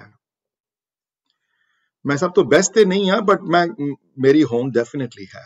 ਮੈਂ I am the one who's working, I am the one who's making money. I am the one who actually teaches Gurbani class every Saturday. I am the one who teaches Kirtan every Sunday, whatever it is. Yeah, I am the one who manages the Gurdwara. The other person has call captions enabled. Please start speaking. Somebody is doing something. I don't know. I didn't do anything. So, I don't know if somebody knows what to do. दूसरी है stage है, एक है I am the best, rest are idiots.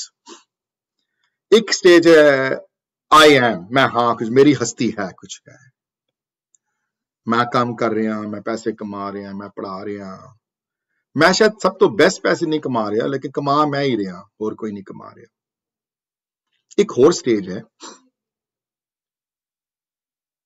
ਇਹ stage ਬਹੁਤ ਵਿਰਲਿਆਂ ਨੂੰ ਕਿਧਰੇ ਪ੍ਰਾਪਤ ਹੁੰਦੀ ਹੈ। ਇਹ ਹੈ ਕਿ I am nothing.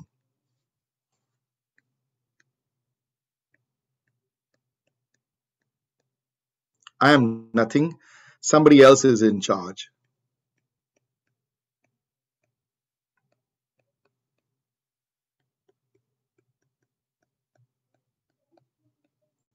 हाँ जी, मैं कुछ नहीं हूं, मेरा मुझ में कुछ नहीं बने। एक है I am the best, rest are idiots. एक है I am something. मेरा नाम सुरिंदर है, I am a CPA, I work hard, I make money. Rest of the family depend, मैं मेरे paycheck नाल, we all live, जे मैं काम ना करा ते फिर बड़ा मुश्किल हो जाए लोगों वास्ते, शायद ना खा सकिए रोटी जे मैं काम ना करा। मैं काम करन जाना सवेरे रोज, मैं गुरबाणी पढ़ांदा, मैं चाहे बेस्ट टीचर ना होवां पर पढ़ांदा ते मैं ही हां। मैं ही पढ़दा सारियां किताबां, मैं नोट्स प्रिपेयर करदा, मैं जाके पढ़ांदा, मैं करन कराउण वाला हां। मैं कीर्तन सिखदा आप ते सिखांदा हां, मैं बड़ी मेहनत करदा, पहले आप सिखदा हां, वर्कशॉप अरेंज करदा हां, ये मेरी वजह नाल हो रहा सारा। मैं करन कराउण वाला हां इत्थे। मैं चाहे बेस्ट ना होवां, मैं दस्सां भी ना किसी नूं, मैं छुप छुपी ते सोचां इंज। और एक गल मैं कर दियां कि ਇਹ ਜਿਹੜੀ ਲੈਵਲ ਜਿਹੜਾ ਨਾ, ਇਸ ਲੈਵਲ ਦੇ ਵਿੱਚ ਬੰਦਾ ਇਹ ਇੰਟਰਨਲ ਹੈ ਸਾਰਾ, ਇੱਥੇ ਇਹ ਸੋਚਦਾ, ਇਹ ਦੱਸਦਾ ਕਿਸੇ ਨੂੰ ਨਹੀਂ ਹੈ ਗੱਲ, ਇਹ ਦੱਸਦਾ ਕਿਸੇ ਨੂੰ ਨਹੀਂ ਹੈ ਕਿ ਮੈਂ ਇਹ ਕਰ ਰਿਹਾ, ਲੇਕਿਨ ਸੋਚਦਾ ਜ਼ਰੂਰ ਹੈ। ਸ਼ਾਇਦ ਦੱਸਦਾ ਵੀ ਹੋਵੇ, ਦੱਸ ਵੀ ਸਕਦਾ, ਪਰ ਇਹ ਜਿਹੜਾ ਇਸ ਸਟੇਜ ਵਾਲਾ ਜਿਹੜਾ ਹੈ, ਇਹ ਟੋਟਲੀ ਇੰਟਰਨਲ ਤੇ ਐਕਸਟਰਨਲ ਦੋਨੋਂ ਹੈ ਇੱਥੇ, ਨੋ ਕੁਐਸਚਨ ਅਬਾਊਟ दैट। ਹਾਂਜੀ, ਤੇ ਇੱਕ ਸਟੇਜ ਇਹ ਵਾਲੀ ਹੈ ਜਿਹੜੀ ਅਖੀਰਲੀ ਹੈ, ਜਿਹੜੀ ਸਟੇਜ, ਇਸ ਸਟੇਜ ਵਿੱਚ ਬੰਦਾ ਸਮਝ ਜਾਂਦਾ ਹੈ ਕਿ ਯਾਰ ਮੈਂ ਨਹੀਂ ਹੈ ਕੁਝ ਕਰਨ ਕਰਾਉਣ ਵਾਲਾ, ਮੇਰੇ ਕੋਲ ਕਰਾਇਆ ਜਾ ਰਿਹਾ ਸਾਰਾ ਕੁਝ, ਮੇਰੇ ਸਮਰੱਥਾ ਨਹੀਂ ਹੈ ਇਹ ਗੁਰਬਾਣੀ ਦੇ ਭੇਦ ਸਮਝਣ ਦੀ। ਇਹ ਕਿਸੇ ਦੀ ਹੈ ਕਿਰਪਾ, ਮੇਰੇ ਤੇ ਕੋਈ ਕੀਤਾ ਹੋਣਾ ਕੁਛ, ਮੈਂ ਤੇ ਮੈਨੂੰ ਸਮਝ ਆ ਰਹੇ, ਬਾਕੀ ਉਹ ਸਮਝ ਨਹੀਂ ਆ ਰਹੇ, ਤੇ ਮੇਰੇ ਚ ਖਮਤਾ ਪ੍ਰਮਾਤਮਾ ਨੇ ਦੇ ਦਿੱਤੀ ਤੇ ਮੇਰੇ ਤੇ ਕਿਰਪਾ ਕੀਤੀ, ਇਹ ਸੇਵਾ ਮੇਰੀ ਝੋਲੀ ਚ ਪਈ, ਜੇ ਮੇਰੀ ਥਾਟ ਪ੍ਰੋਸੈਸ ਹੋਵੇ। ਸੋ ਇਹ ਤਿੰਨ ਸਟੇਜਸ ਜਿਹੜੀਆਂ ਅਲੱਗ ਬੰਦਾ ਸੋਚਣ ਦੀਆਂ ਜਿਹੜੀਆਂ ਸਟੇਜਸ, ਜਿਹੜੀ ਅਗਰ ਤੇ ਤੁਸੀਂ ਇਸ ਸਟੇਜ ਤੇ ਹੋ ਤੇ ਇਹ ਸਟੇਜ ਡੈਫੀਨਿਟਲੀ ਅਹੰਕਾਰ ਵਾਲੀ ਹੈ। ਇਹ ਅਹੰਕਾਰ ਵਾਲੀ ਸਟੇਜ ਹੈ, ਇਹ ਬਹੁਤ ਖਤਰਨਾਕ ਸਟੇਜ ਹੈ ਵਾਲੀ। ਜੇ ਇਸ ਸਟੇਜ ਤੇ ਤੁਸੀਂ ਆ ਗਏ ਹੋ ਤੇ ਫਿਰ ਪ੍ਰਮਾਤਮਾ ਬਚਾਏ ਤੁਹਾਨੂੰ, ਬਹੁਤ ਮੁਸ਼ਕਿਲ ਹੈ, ਕਿਉਂਕਿ ਇਸ ਸਟੇਜ ਤੋਂ ਇੱਥੇ ਆਉਣ ਵਾਸਤੇ ਪਹਿਲੇ ਤੁਹਾਨੂੰ ਇੱਥੇ ਆਉਣਾ ਪਏਗਾ, ਫਿਰ ਇੱਥੋਂ ਇੱਥੇ ਆ ਸਕਦੇ ਹੋ। ਤੁਸੀਂ ਜੰਪ ਨਹੀਂ ਮਾਰ ਸਕਦੇ ਉੱਥੋਂ ਕਿਧਰੇ। ਜੇ ਵਿਚਕਾਰਲੀ ਸਟੇਜ ਵਿੱਚ ਰਹੋ, on a scale of 1 to 10, ਵਿਚਕਾਰਲੀ stage ਤੇ ਬੜੀਆਂ ਸਟੇਜਸ ਹਨ। ਅਗਰ ਕਿਧਰੇ 4, 5, 6 ਲੈਵਲ ਦੀ ਸਟੇਜ ਵਿੱਚ ਹੋ, then you're doing okay. ਤੇ ਇਹ ਸਟੇਜ ਹੋਮੇ ਵਾਲੀ ਹੈ, ਇਹ ਹੋਣ ਵਾਲੀ ਹੈ। ਇਹ ਸਟੇਜ ਵਿੱਚ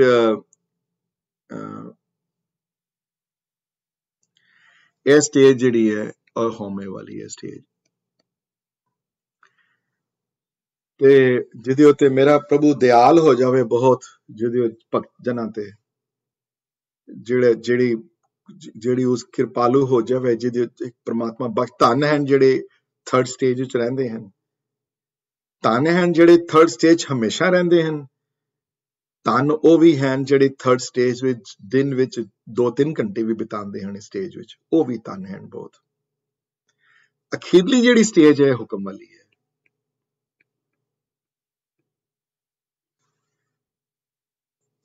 ਹੁਣ ਇਸ਼ੂ ਇਹ ਹੈ ਕਿ ਵਿਚਕਾਰਲੀ ਸਟੇਜ ਜਿਹੜੀ ਹੈ, ਜਿਹੜੀ ਇਹਨੂੰ ਕਿੰਜ ਸਮਝਿਆ ਜਾਏ, ਇਸ ਸਟੇਜ ਨੂੰ, ਇਸ ਸਟੇਜ ਦੇ ਉੱਤੇ ਕਿੰਜ ਫੋਕਸ ਕੀਤਾ ਜਾਏ, ਔਰ ਇਹ ਸਟੇਜ ਕਿੰਜ ਬਦਲੀ ਜਾਏ, ਇਹ ਸਟੇਜ ਜਿਹੜੀ ਹੈ।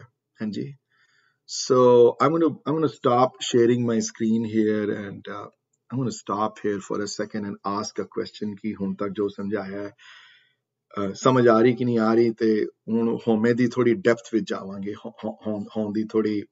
ਹੋਣ ਦੀ ਫਰਦਰ ਡੈਫੀਨੇਸ਼ਨ ਦੇ ਕੇ ਉਹਦੀ ਗਹਿਰਾਈਆਂ ਨੂੰ ਛੋਣ ਦੀ ਕੋਸ਼ਿਸ਼ ਕਰਾਂਗੇ ਉਹਨੂੰ। So basically a thought that ਨਾਮਕਰਨ ਕਰਾਉਣ ਵਾਲਾ ਨਹੀਂ ਹੈ, ਨਾਮ ਇੱਕ ਸਿਸਟਮ ਹੈ, ਹੁਕਮ ਇੱਕ ਸਿਸਟਮ ਹੈ। ਜਿਹੜਾ ਬੰਦਾ ਤੇ ਆਪਣੇ ਉਸ ਸਿਸਟਮ ਦੇ ਅੰਦਰ ਆਪਣੇ ਆਪ ਨੂੰ ਸਮਝੇ, ਜਿਹੜਾ ਕਿ ਮੈਂ ਉਸ ਸਿਸਟਮ ਦੇ ਥੱਲੇ ਹਾਂ, ਉਹ ਸਿਸਟਮ ਕਰ ਰਿਹਾ ਕੁਝ ਤੇ ਮੈਂ ਉਸ ਸਿਸਟਮ ਦੇ ਥੱਲੇ ਹਾਂ, ਤੇ ਉਹ ਸਿਸਟਮ ਜੋ ਕਰ ਰਿਹਾ ਹੈ ਮੈਂ ਉਹਦੇ ਅਨੁਕੂਲ ਚੱਲਦਾ ਪਿਆ, ਉਸ ਸਿਸਟਮ ਦੇ ਅਨੁਕੂਲ, ਉਹ ਤੇ ਹੁਕਮ ਵਿੱਚ ਹੈ। ਸਾਰੀ ਕੰਪਲੈਕਸ ਹੈ ਥੋੜਾ ਸਬਜੈਕਟ ਮੈਟਰ। ਤੇ ਇੱਕ ਬੰਦੇ ਹੁੰਦੇ ਨੇ ਮੇਰੇ ਵਰਗੇ ਜਿਹੜੇ ਕਹਿੰਦੇ ਨੇ ਕਿ ਨਹੀਂ, ਵੱਡਾ ਸਿਸਟਮ ਤੇ ਹੈ ਨਾਮ ਵਾਲਾ, ਬਟ ਮੇਰਾ ਸਿਸਟਮ ਆਪਣਾ ਹੈ, ਅੰਦਰਲਾ ਮੈਂ ਆਪਣਾ ਹੀ ਕ੍ਰੀਏਟ ਕੀਤਾ ਹੋਇਆ ਸਿਸਟਮ, ਉਹ ਮੇਰੇ ਅਧੀਨ ਹੈ ਸਿਸਟਮ ਸਾਰਾ, ਮੈਂ ਕਰਨ ਕਰਾਉਣ ਵਾਲਾ ਹਾਂ। ਮੈਂ ਪੜ੍ਹਦਾ ਹਾਂ ਗੁਰਬਾਣੀ ਦੀਆਂ ਕਿਤਾਬਾਂ, ਮੈਂ ਪੜ੍ਹੀ ਹੈ ਸੰਥਿਆ, ਮੈਂ ਪੜ੍ਹੇ ਹਨ ਬਾਕੀ ਟੀਕੇ ਜਪਜੀ ਦੇ, ਮੈਂ ਸਮਝਿਆ ਹੈ, ਮੈਂ ਸਮਝ ਕੇ ਸਮਝਾਇਆ ਹੈ। ਕੀਰਤਨ ਦੀਆਂ ਵਰਕਸ਼ਾਪ ਮੈਂ ਅਰੇਂਜ ਕਰਾਈਆਂ ਹਨ, ਮੈਂ ਕੀਰਤਨ ਸਿੱਖਦਾ ਹਾਂ, ਸਿਖਾਉਂਦਾ ਹਾਂ, ਮੈਂ ਕਰਨ ਕਰਾਉਣ ਵਾਲਾ ਹਾਂ, ਮੈਂ ਗੁਰਦੁਆਰੇ ਚਲਾਉਂਦਾ ਹਾਂ, ਮੈਂ ਪੜ੍ਹ ਲਿਖ ਕੇ CPA ਬਣਿਆ ਹਾਂ, ਪੜ੍ਹ ਕੇ ਫਿਰ ਮੈਂ ਪੈਸੇ ਕਮਾਏ ਹਨ, ਕਮਾ ਕੇ ਫਿਰ ਮੈਂ ਅੱਗੇ ਸਾਰਿਆਂ ਨੂੰ ਜੋ ਵੀ ਕੀਤਾ ਹੈ, ਮੈਂ ਦਾਨ ਪੁੰਨ ਕਰਨ ਵਾਲਾ ਹਾਂ, ਮੇਰੇ ਹੱਥ ਹੈ ਸਾਰਾ ਕੁਝ। ਠੀਕ ਹੈ, ਪ੍ਰਮਾਤਮਾ ਵੀ ਹੈ ਕਰਨ ਕਰਾਉਣ ਵਾਲਾ, ਲੇਕਿਨ ਇਹ ਮਿਹਨਤ ਸਾਰੀ ਮੇਰੀ ਹੈ। ਠੀਕ ਹੈ, ਉਹ ਹੋਏਗਾ ਆਪਣੀ ਜਗ੍ਹਾ ਤੇ, ਇਹ ਸਾਰੀ ਮਿਹਨਤ ਮੇਰੀ ਹੈ। ਹਾਂਜੀ, ਇਸ ਪੁਆਇੰਟ ਤੇ ਉੱਤੇ ਮੈਂ I want to stop here, just here for a second ਦੋ। And Fula Virji ne hand raise ki, let him ask his question and then let everybody else ask their question. I'm not done with this discussion, but jo hun tak discussion hui hai, hun tak ਉਹਦੇ ਉੱਤੇ focus ਕਰਾਂਗੇ। ਹਾਂਜੀ ਫੂਲਾ ਵੀਰ ਜੀ। ਵੀਰ ਜੀ ਬਿਲਕੁਲ ਤੁਹਾਡੇ ਵਾਲੇ ਖਿਆਲ ਜਸਵੰਤ ਸਿੰਘ ਨੇਕੀ ਨੇ ਕਿਹਾ, ਜੇ ਕਹਦੇ 1 ਮਿੰਟ ਵਿੱਚ ਪੜ੍ਹਦੇ ਹਾਂ, ਹੰਕਾਰ ਦੇ ਅਰਥ ਬਾਣੀ ਵਿੱਚ ਹਉਮੈ ਤੋਂ ਕੁਝ ਨਿਖੜ ਕੇ ਖਲੋਤੇ ਜਾਪਦੇ ਹਨ। ਭਾਵੇਂ ਕਈ ਥਾਈਂ ਹਉਮੈ ਪਦ ਨੂੰ ਅਹੰਕਾਰ ਦੇ ਅਰਥਾਂ ਵਿੱਚ ਵੀ ਵਰਤਿਆ ਗਿਆ ਹੈ, ਪਰ ਅਹੰਕਾਰ ਪਦ ਕਦੇ ਹਉਮੈ ਦੇ ਉਚੇਚੇ ਅਰਥਾਂ ਵਿੱਚ ਵਰਤਿਆ ਗਿਆ ਨਹੀਂ ਲੱਭਦਾ। ਹਉਮੈ ਨੂੰ ਅਹੰਕਾਰ ਦਾ ਮੂਲ ਕਾਰਨ ਜ਼ਰੂਰ ਥਾਪਿਆ ਗਿਆ ਹੈ, ਜਿਵੇਂ ਬਾਕੀ ਦੇ 2 ਹੋਰ ਵਿਕਾਰਾਂ ਦਾ ਵੀ। ਅਹੰਕਾਰ ਨੂੰ ਬਾਰ-ਬਾਰ 5 ਵਿਕਾਰਾਂ ਵਿੱਚ ਗਿਣਿਆ ਗਿਆ ਹੈ, ਪਰ ਹਉਮੈ ਨੂੰ ਇਸ ਸੂਚੀ ਵਿੱਚ ਕਿਤੇ ਨਹੀਂ ਗਿਣਿਆ ਗਿਆ। ਥੈਂਕ ਯੂ ਵੀਰ ਜੀ। ਯਾ ਥੈਂਕ ਯੂ। ਔਰ ਇਹ ਖਾਲੀ ਡਾਕਟਰ ਨੇਕੀ ਦੇ ਖਿਆਲ ਨਹੀਂ ਹੈ, most Sikh ਆਥਰਸ that you will read though will have the same exact ਬਾਣੀ ਵਿੱਚ ਵੀ ਅਲੱਗ-ਅਲੱਗ ਜਗ੍ਹਾ ਤੇ ਡੈਫੀਨੇਸ਼ਨ, ਜਿੱਥੇ ਹਉਮੈ ਦੀ ਡੈਫੀਨੇਸ਼ਨ ਆਈ ਹੈ ਉੱਥੇ ਅਹੰਕਾਰ ਦੀ ਨਹੀਂ ਆਈ, ਜਿੱਥੇ ਅਹੰਕਾਰ ਦੀ ਆਈ ਹੈ ਉੱਥੇ ਹਉਮੈ ਨਹੀਂ ਆਈ। ਹਾਂਜੀ ਕਮਲ ਵੀਰ ਜੀ, ਤੁਸੀਂ ਕੁਝ ਕਹਿਣਾ ਚਾਹੁੰਦੇ ਹੋ? I have a question when you were talking about this, ਜਿੱਦੇ ਤੁਸੀਂ ਬੋਲਿਆ ਕਿ ਇੱਕ ਆਂਦਾ ਹੈਗਾ ਕਿ I am nothing, ਕਹਿੰਦੇ I am nothing, ਦਾ ਜੀ ਇੱਕ ਸਟੇਜ ਹੈਗੀ। ਤੇ I want to know ਕਿ ਇਹਦੇ ਅੰਦਰ ਵੀ ਸੋਚਦੇ ਹੋਏ ਔਰ ਪੜ੍ਹਦੇ ਹੋਏ I am nothing, ਇਹਦੇ ਵਿੱਚ ਵੀ ਹੰਕਾਰ ਆ ਜਾਂਦਾ ਹੈ। ਇਹਦੇ ਚ ਜੇ ਹੰਕਾਰ ਆ ਜਾਵੇ ਤੇ ਮਾੜੀ ਗੱਲ ਹੈ, ਬਟ ਜਿਹੜੇ ਭਗਤ ਜਨਾਂ ਦੇ ਅੰਦਰ ਜਿਹੜੇ ਪ੍ਰਮਾਤਮਾ ਨਾਲ ਜੁੜੇ ਹੁੰਦੇ ਨੇ, ਜਨਰਲੀ ਸਪੀਕਿੰਗ, ਉਹ ਫੋਕਸ ਕਰਦੇ ਹਨ ਇਸ ਗੱਲ ਤੇ ਕਮਲ ਵੀਰ ਜੀ, ਕਿ ਉਹ ਫੋਕਸ ਕਰਦੇ ਹਨ ਕਿ ਕਰਨ ਕਰਾਉਣ ਵਾਲਾ ਕੋਈ ਹੋਰ ਹੈ, ਮੈਂ ਨਹੀਂ ਹਾਂ। ਕੋਈ ਇਸ ਗੱਲ ਦੇ ਉੱਤੇ ਨਿਸ਼ਚੈ ਕਰਕੇ ਸੋਚਦੇ ਹਨ ਕਿ ਮੇਰਾ ਮੁਝ ਮੇ ਕੁਛ ਨਹੀਂ ਵਾਲੇ ਜਿਹੜੀ ਥਾਟ ਪ੍ਰੋਸੈਸ ਹੈ।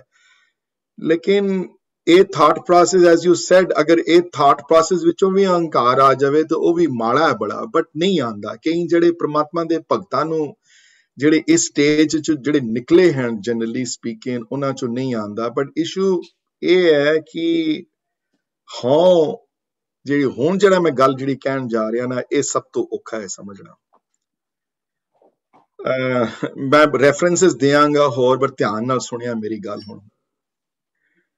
ਹਾਂ ਜਾਂ ਹਉਮੈ ਜਾਂ ਆਪਣੇ ਆਪ ਦਾ ਅਹਿਸਾਸ ਕਿ ਮੈਂ ਹਾਂ, ਜੇ ਬਿਲਕੁਲ ਨਾ ਹੋਵੇ ਤਾਂ ਤੁਸੀਂ ਜੀ ਨਹੀਂ ਸਕਦੇ ਜ਼ਿੰਦਗੀ ਆਪਣੀ। ਦੇਖੋ ਜੀ, ਕਮਲ ਵੀਰ ਜੀ ਦਾ ਨਾਂ ਕਮਲਪੁਰੀ ਹੈ, ਫੂਲਾ ਵੀਰ ਜੀ ਦਾ ਨਾਂ ਫੂਲਾ ਸਿੰਘ ਹੈ, ਭਵਰਾਜ ਦਾ ਨਾਂ ਭਵਰਾਜ ਹੈ, ਮੇਰਾ ਨਾਂ ਸੁਰਿੰਦਰ ਹੈ, ਅਨੀਸ਼ਾ ਜੀ ਦਾ ਨਾਂ ਅਨੀਸ਼ਾ ਹੈ। ਹਾਂਜੀ, ਤੇ ਜੇ ਕਹਾਂ ਮੈਂ ਹੈ ਹੀ ਨਹੀਂ ਆ, ਤੇ ਅਨੀਸ਼ਾ ਹੀ ਨਹੀਂ ਹੈ, ਤੇ ਫੂਲਾ ਵੀਰ ਜੀ ਨਹੀਂ ਹੈ, ਤੇ ਕਮਲ ਹੀ ਨਹੀਂ ਹੈ, ਤੇ ਸੁਰਿੰਦਰ ਹੀ ਨਹੀਂ ਹੈ, ਤੇ ਭਵਰਾਜ ਹੀ ਨਹੀਂ ਹੈ, ਤੇ ਜ਼ਿੰਦਗੀ ਜੀ ਸਕਦੇ ਹੋ ਆਪਣੀ? ਤੁਸੀਂ ਜ਼ਿੰਦਗੀ ਨਹੀਂ ਜੀ ਸਕਦੇ, ਜ਼ਿੰਦਗੀ ਨਹੀਂ ਜੀ ਸਕਦੇ।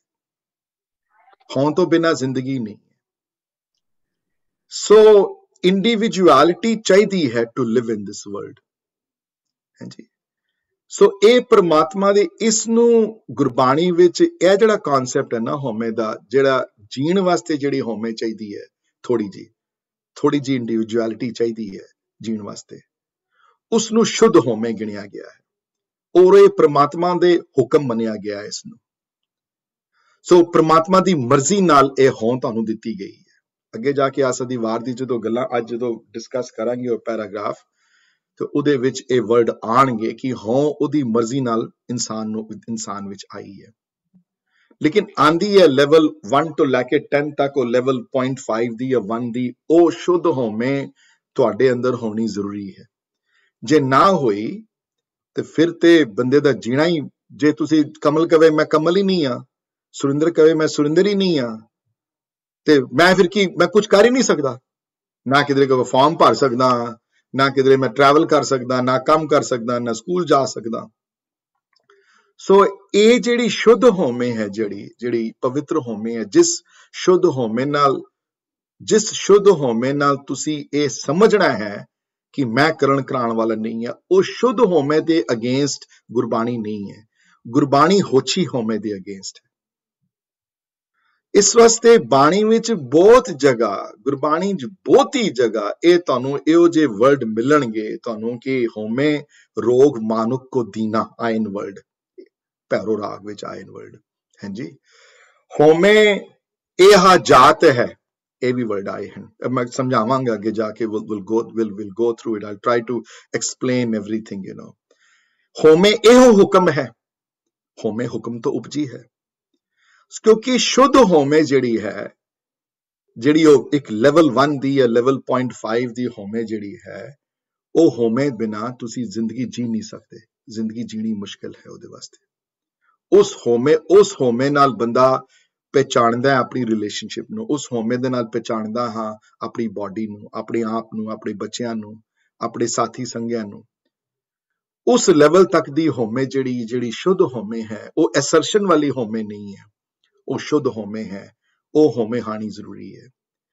ਪਰ ਜਦੋਂ ਉਹ ਹੋਂ ਵੱਧ ਜਾਏ, ਜਦੋਂ ਉਹ ਹੋਂ ਦਾ ਲੈਵਲ ਵੱਧ ਜਾਏ, ਜਦੋਂ ਹੁਣ ਉਹ ਲੈਵਲ ਉੱਥੇ ਤੱਕ ਨਾ ਰੱਖੇ ਆਪਣੇ ਆਪ ਨੂੰ, ਉਸ ਤੋਂ ਅੱਗੇ ਬਹੁਤ ਵਧਾ ਲਵੇ, ਵੱਧੀ ਇਸ ਤੱਕ ਹੱਦ ਤੱਕ ਪਹੁੰਚ ਜਾਏ ਕਿ ਕਮਲ ਇਹ ਸੋਚਣਾ ਸ਼ੁਰੂ ਕਰ ਦੇ ਕਿ ਮੇਰੀ ਵਜ੍ਹਾ ਨਾਲ ਸਾਰਾ ਕੁਝ ਹੋ ਰਿਹਾ ਹੈ, ਮੈਂ ਉੱਠਦਾ ਹਾਂ ਸਵੇਰੇ ਜਲਦੀ, ਮੈਂ ਇਹ ਕਰ ਰਿਹਾ ਹਾਂ, ਜਾਂ ਸੁਰਿੰਦਰ ਸੋਚੇ ਮੈਂ ਜਾ ਕੇ ਗੁਰਬਾਣੀ ਪੜ੍ਹਾ ਰਿਹਾ ਹਾਂ, ਫੂਲਾ ਵੀਰ ਜੀ ਇਹ ਸੋਚਣ ਕਿ ਮੈਂ ਗੁਰਦੁਆਰਾ ਚਲਾ ਰਿਹਾ ਹਾਂ। ਹਾਂਜੀ, ਇਹ ਆਪਣੇ ਮਨ ਚ ਧਾਰਨਾ ਸ਼ੁਰੂ ਕਰ ਦੇ ਬੰਦਾ, ਤੇ ਫਿਰ you are walking away from the ਸ਼ੁੱਧ ਹਉਮੈ ਦੀ ਫੀਲਿੰਗ ਤੋਂ ਟੂ ਅ ਹਉਮੈ ਦੀ feeling that has not been approved by Gurbani. ਉਹ ਜਦੋਂ ਹਉਮੈ ਜਿਹੜੀ ਸੈਕੰਡ ਟਾਈਪ ਦੀ ਹਉਮੈ ਜਿਹੜੀ ਹੈ, ਉਹ ਹਉਮੈ ਅਗਰ ਸਟਰੋਂਗ ਹੁੰਦੀ ਇਤਨੀ ਸਟਰੋਂਗ ਹੋ ਜਾਏ ਕਿ ਬੰਦੇ ਦਾ ਦ੍ਰਿੜ ਵਿਸ਼ਵਾਸ ਹੋ ਜਾਏ, ਯਾਰ ਮੈਂ ਹੀ ਕਰਨ ਕਰਾਉਣ ਵਾਲਾ, ਖਾਲੀ ਮੇਰਾ ਨਾਂ ਹੀ ਸੁਰਿੰਦਰ ਨਹੀਂ ਹੈ, ਮੈਂ ਹੀ ਵੱਖਰਾ ਨਹੀਂ ਹੈ ਸਾਰੇ ਤੋਂ, ਖਾਲੀ ਮੈਂ ਹੀ ਭਵਰਾਜ ਹੀ ਨਹੀਂ ਆ। ਜੇ ਮੈਂ ਕਲਗੀਧਰ ਚਮਤਕਾਰ ਦੀ ਕਲਾਸ ਅਰੇਂਜ ਨਾ ਕਰਾਂ ਤੇ ਕੋਈ ਪੜ੍ਹ ਹੀ ਨਾ ਸਕੇ ਕਲਗੀਧਰ ਚਮਤਕਾਰ, ਇਹ ਮੈਂ ਅਰੇਂਜ ਕਰਾਉਣ ਵਾਲਾ ਹਾਂ। ਜਿਸ ਤਰ੍ਹਾਂ ਭਰਵਾਜ ਸੋਚਣਾ ਸ਼ੁਰੂ ਕਰ ਦੇ, ਜਾਂ ਮੈਂ ਸੋਚਣਾ ਸ਼ੁਰੂ ਕਰ ਦੇਵਾਂ ਸੈਟਰਡੇ ਗੁਰਬਾਣੀ ਕਲਾਸ ਬਾਰੇ, ਉਹ ਜਦੋਂ ਸਟੇਜ ਜਦੋਂ ਆ ਜਾਵੇ ਤੇ ਫਿਰ ਉਹ ਜਿਹੜੀ ਹੋਮੇ ਜਿਹੜੀ ਹੈ, ਜਿਹੜੀ ਝੂਠੀ ਜਿਹੜੀ ਹੋਮੇ ਜਿਹੜੀ ਹੈ, ਜਿਹੜੀ ਉਹ ਹੋਮੇ ਫਿਰ ਇੱਕ ਬਹੁਤ ਵੱਡਾ ਬੰਧਨ ਬਣ ਜਾਂਦੀ ਹੈ, ਬਾਧਾ ਬਣ ਜਾਂਦੀ ਹੈ ਪਰਮਾਤਮਾ ਤੱਕ ਪਹੁੰਚਣ ਦੀ। ਤੇ ਇੱਕ ਉਹ ਜਿਹੜੀ ਇਮੈਜਨਰੀ ਜਿਹੜੀ ਵਾਲ, ਜਿਹੜੀ ਕੂੜ ਦੀ ਪਲ ਜਿਹੜੀ ਗੱਲ ਜਿਹੜੀ ਕੀਤੀ ਸੀ ਨੇ, ਜਿਹੜੀ ਝੂਠ ਦੀ ਦੀਵਾਰ, ਇਹ ਹੋਮੇ ਦੀ ਦੀਵਾਰ ਆਪਣੇ ਆਪ ਦੇ ਨਾਲ ਖੜੀ ਕਰ ਲੈਂਦਾ। ਸੋ cause and effect relationship है between home and ahankar. Too much home will definitely lead to ahankar. Home ਦੀਆਂ ਚਰਮ ਸੀਮਾ ਜਦੋਂ ਛੁੜੀਆਂ ਸ਼ੁਰੂ ਕਰ ਜਾਓਗੇ, ਲੈਵਲ 1 to 10 ਦੀਆਂ ਤੁਸੀਂ 25 ਤੱਕ ਆ ਗਏ ਹੁਣ, ਤੇ ਸਮਝ ਲਓ then trouble ਨੇੜੇ ਖੜਾ ਹੈ ਹੁਣ। ਮਤਲਬ ਕਿ ਹੁਣ ਤੁਸੀਂ ਫਿਰ ਉਹ ਹੋਮ ਵਾਲੀ ਫੀਲਿੰਗ ਛੋੜ ਕੇ ਅਹੰਕਾਰ ਵਾਲੀ ਫੀਲਿੰਗ ਤੇ ਤੁਸੀਂ ਚਲੇ ਜਾਓਗੇ। ਤੇ ਅਹੰਕਾਰ ਦੀ ਫੀਲਿੰਗ ਤੋਂ ਥੱਲੇ ਜਿਹੜੀ ਹੋਮੇ ਦੀ ਫੀਲਿੰਗ ਜਿਹੜੀ ਹੈ, ਜਿਤਨਾ ਆਪਣੇ ਆਪ ਨੂੰ ਪ੍ਰਮਾਤਮਾ ਤੋਂ ਅਲੱਗ ਸਮਝੋਗੇ, ਜਿਤਨਾ ਆਪਣੇ ਨਾਮ ਦੀ ਉਸ ਵੱਡੀ ਡੈਫੀਨੇਸ਼ਨ ਤੋਂ ਉਸ ਸਿਸਟਮ ਵਿੱਚੋਂ ਆਪਣੇ ਆਪ ਨੂੰ ਅਲੱਗ ਸਮਝੋਗੇ ਕਿ ਮੈਂ ਕਰਨ ਕਰਾਉਣ ਵਾਲਾ ਹਾਂ, ਮੇਰੀ ਆਪਣੀ ਕੁਝ ਹਸਤੀ ਹੈ, ਕੋਈ ਆਪਣੀ ਮੈਂ ਕਰਨ ਕਰਾਉਣ ਵਾਲਾ ਹਾਂ, ਮੇਰੀ ਹਸਤੀ ਆਪਣੀ ਵੀ ਕੁਝ ਹੈ। ਜਿਤਨਾ ਆਪਣੇ ਆਪ ਤੋਂ ਅਲੱਗ ਜਾਂ ਦੂਰ ਜਾਓਗੇ ਉਸ ਤੋਂ, ਤੇ ਉਹ ਹੋਮੇ ਦੀ ਫੀਲਿੰਗ ਉਤਨੀ ਸਟਰੋਂਗ ਤੁਹਾਡੇ ਜਾਏਗੀ। ਤੇ ਜਿਤਨੀ ਦੂਰ ਨਹੀਂ, ਜਿਤਨੀ ਨੇੜੇ ਜਾਓਗੇ ਨਾਮ ਦੇ, ਜਿਤਨੀ ਨੇੜੇ ਜਾਓਗੇ ਪ੍ਰੇਮਾ ਭਗਤੀ ਦੇ, ਜਿਤਨੇ ਨੇੜੇ ਜਾਓਗੇ ਕੀਰਤਨ ਦੇ, ਇਹ ਮਹਿਸੂਸ ਤੁਹਾਨੂੰ ਸ਼ੁਰੂ ਹੋ ਜਾਏਗਾ ਹੋਣਾ ਕਿ ਮੈਂ ਉਸ ਵੱਡੇ ਸਿਸਟਮ ਦਾ ਇੱਕ ਹਿੱਸਾ ਹਾਂ ਤੇ ਮੈਂ ਉਹਦੇ ਚੱਲੇ ਹੋਏ ਰੂਲ ਦੇ ਮੁਤਾਬਿਕ ਚੱਲ ਸਕਦਾ। ਮੇਰੇ ਕੋਈ ਸਮਰੱਥਾ ਨਹੀਂ ਹੈ ਕਰਨ ਦੀ, ਮੇਰੀ ਸਮਰੱਥਾ ਨਹੀਂ ਹੈ ਕਿ ਮੈਂ ਲਾਇਰ ਬਣ ਗਿਆ ਜਾਂ ਮੈਂ ਕੋਈ ਡਾਕਟਰ ਬਣ ਗਿਆ। ਸਮਰੱਥਾ ਆਈ ਪ੍ਰਮਾਤਮਾ ਤੋਂ ਹੈ। ਮਾਪਿਓ ਮੈਨੂੰ ਇਹੋ ਜਿਹੇ ਦਿੱਤੇ ਉਹਨਾਂ ਨੇ, ਜਿਨ੍ਹਾਂ ਨੇ ਮੈਨੂੰ ਇਸ ਪਾਸੇ ਪ੍ਰੇਰਿਆ, ਜਿਨ੍ਹਾਂ ਕੋਲ ਰਿਸੋਰਸਿਸ ਸਨ, ਮੈਨੂੰ ਇਸ ਪਾਸੇ ਪੜਾਇਆ, ਤਾਂ ਮੈਂ ਇਸ ਹੱਦ ਤੱਕ ਪਹੁੰਚ ਸਕਿਆ ਮੈਂ। ਤੇ ਇਹ ਜਿਹੜੀ topic will be, I see Vijay has raised his hand. I'm going to stop for a second and answer his question first though. Don't ask me a difficult question, Vijay. आज वैसे ही topic बड़ा औखा है। Vijay, first of all, thank you so much. This was a very, very wonderful explanation you've given, especially the chart that you drew with the 3 different levels of home. And so Vijay, based on what I have absorbed through your classes and also through the different types of study and meditation I've been doing, ki the home di jehdi the literal meaning first of all is ha and me. Ha is the hond, the feeling of existence, and me, the feeling of separate existence. So in that sense it is directly connected to the ikonkar, jada concept hega oneness da, that everything is one, that God is everywhere, God is in everything, God is being expressed in each and every living sentient creature, and even in the rocks and mountains and everything. Oh, that so as jehdi gal intuitively samajh aandi hegi from many years of study, that the sense of I am a separate entity from the rest of existence, and I have a separate agency on which I have full control, and that sense of separateness is basically what the root issue here is. And yes. So in that way jada tusi kya hega I am nothing, maybe another way of expressing that same thing is I am a separate entity, and basically on the reverse of that would be that I am a very minor part of a huge amazing whole, and then if one can live in that state, perhaps then one can get closer to the state of hukam. Yes. बिल्कुल ठीक है जो whatever you have said, this is the best part. I 100% agree with you what you just said, Vijay. The issue is again कि somebody else wanted to say something, किसी और दी आवाज भी आई, somebody was saying something, I forgot. Anyway, what you just said is right. That I'm going to draw another diagram. This is my favorite one that I learned from Paisa Pai Veer Singh ji also here. I'm going to draw another. Sometime visually, banda dekhe te banda hor clarity. Oh my, I'm going to erase this now.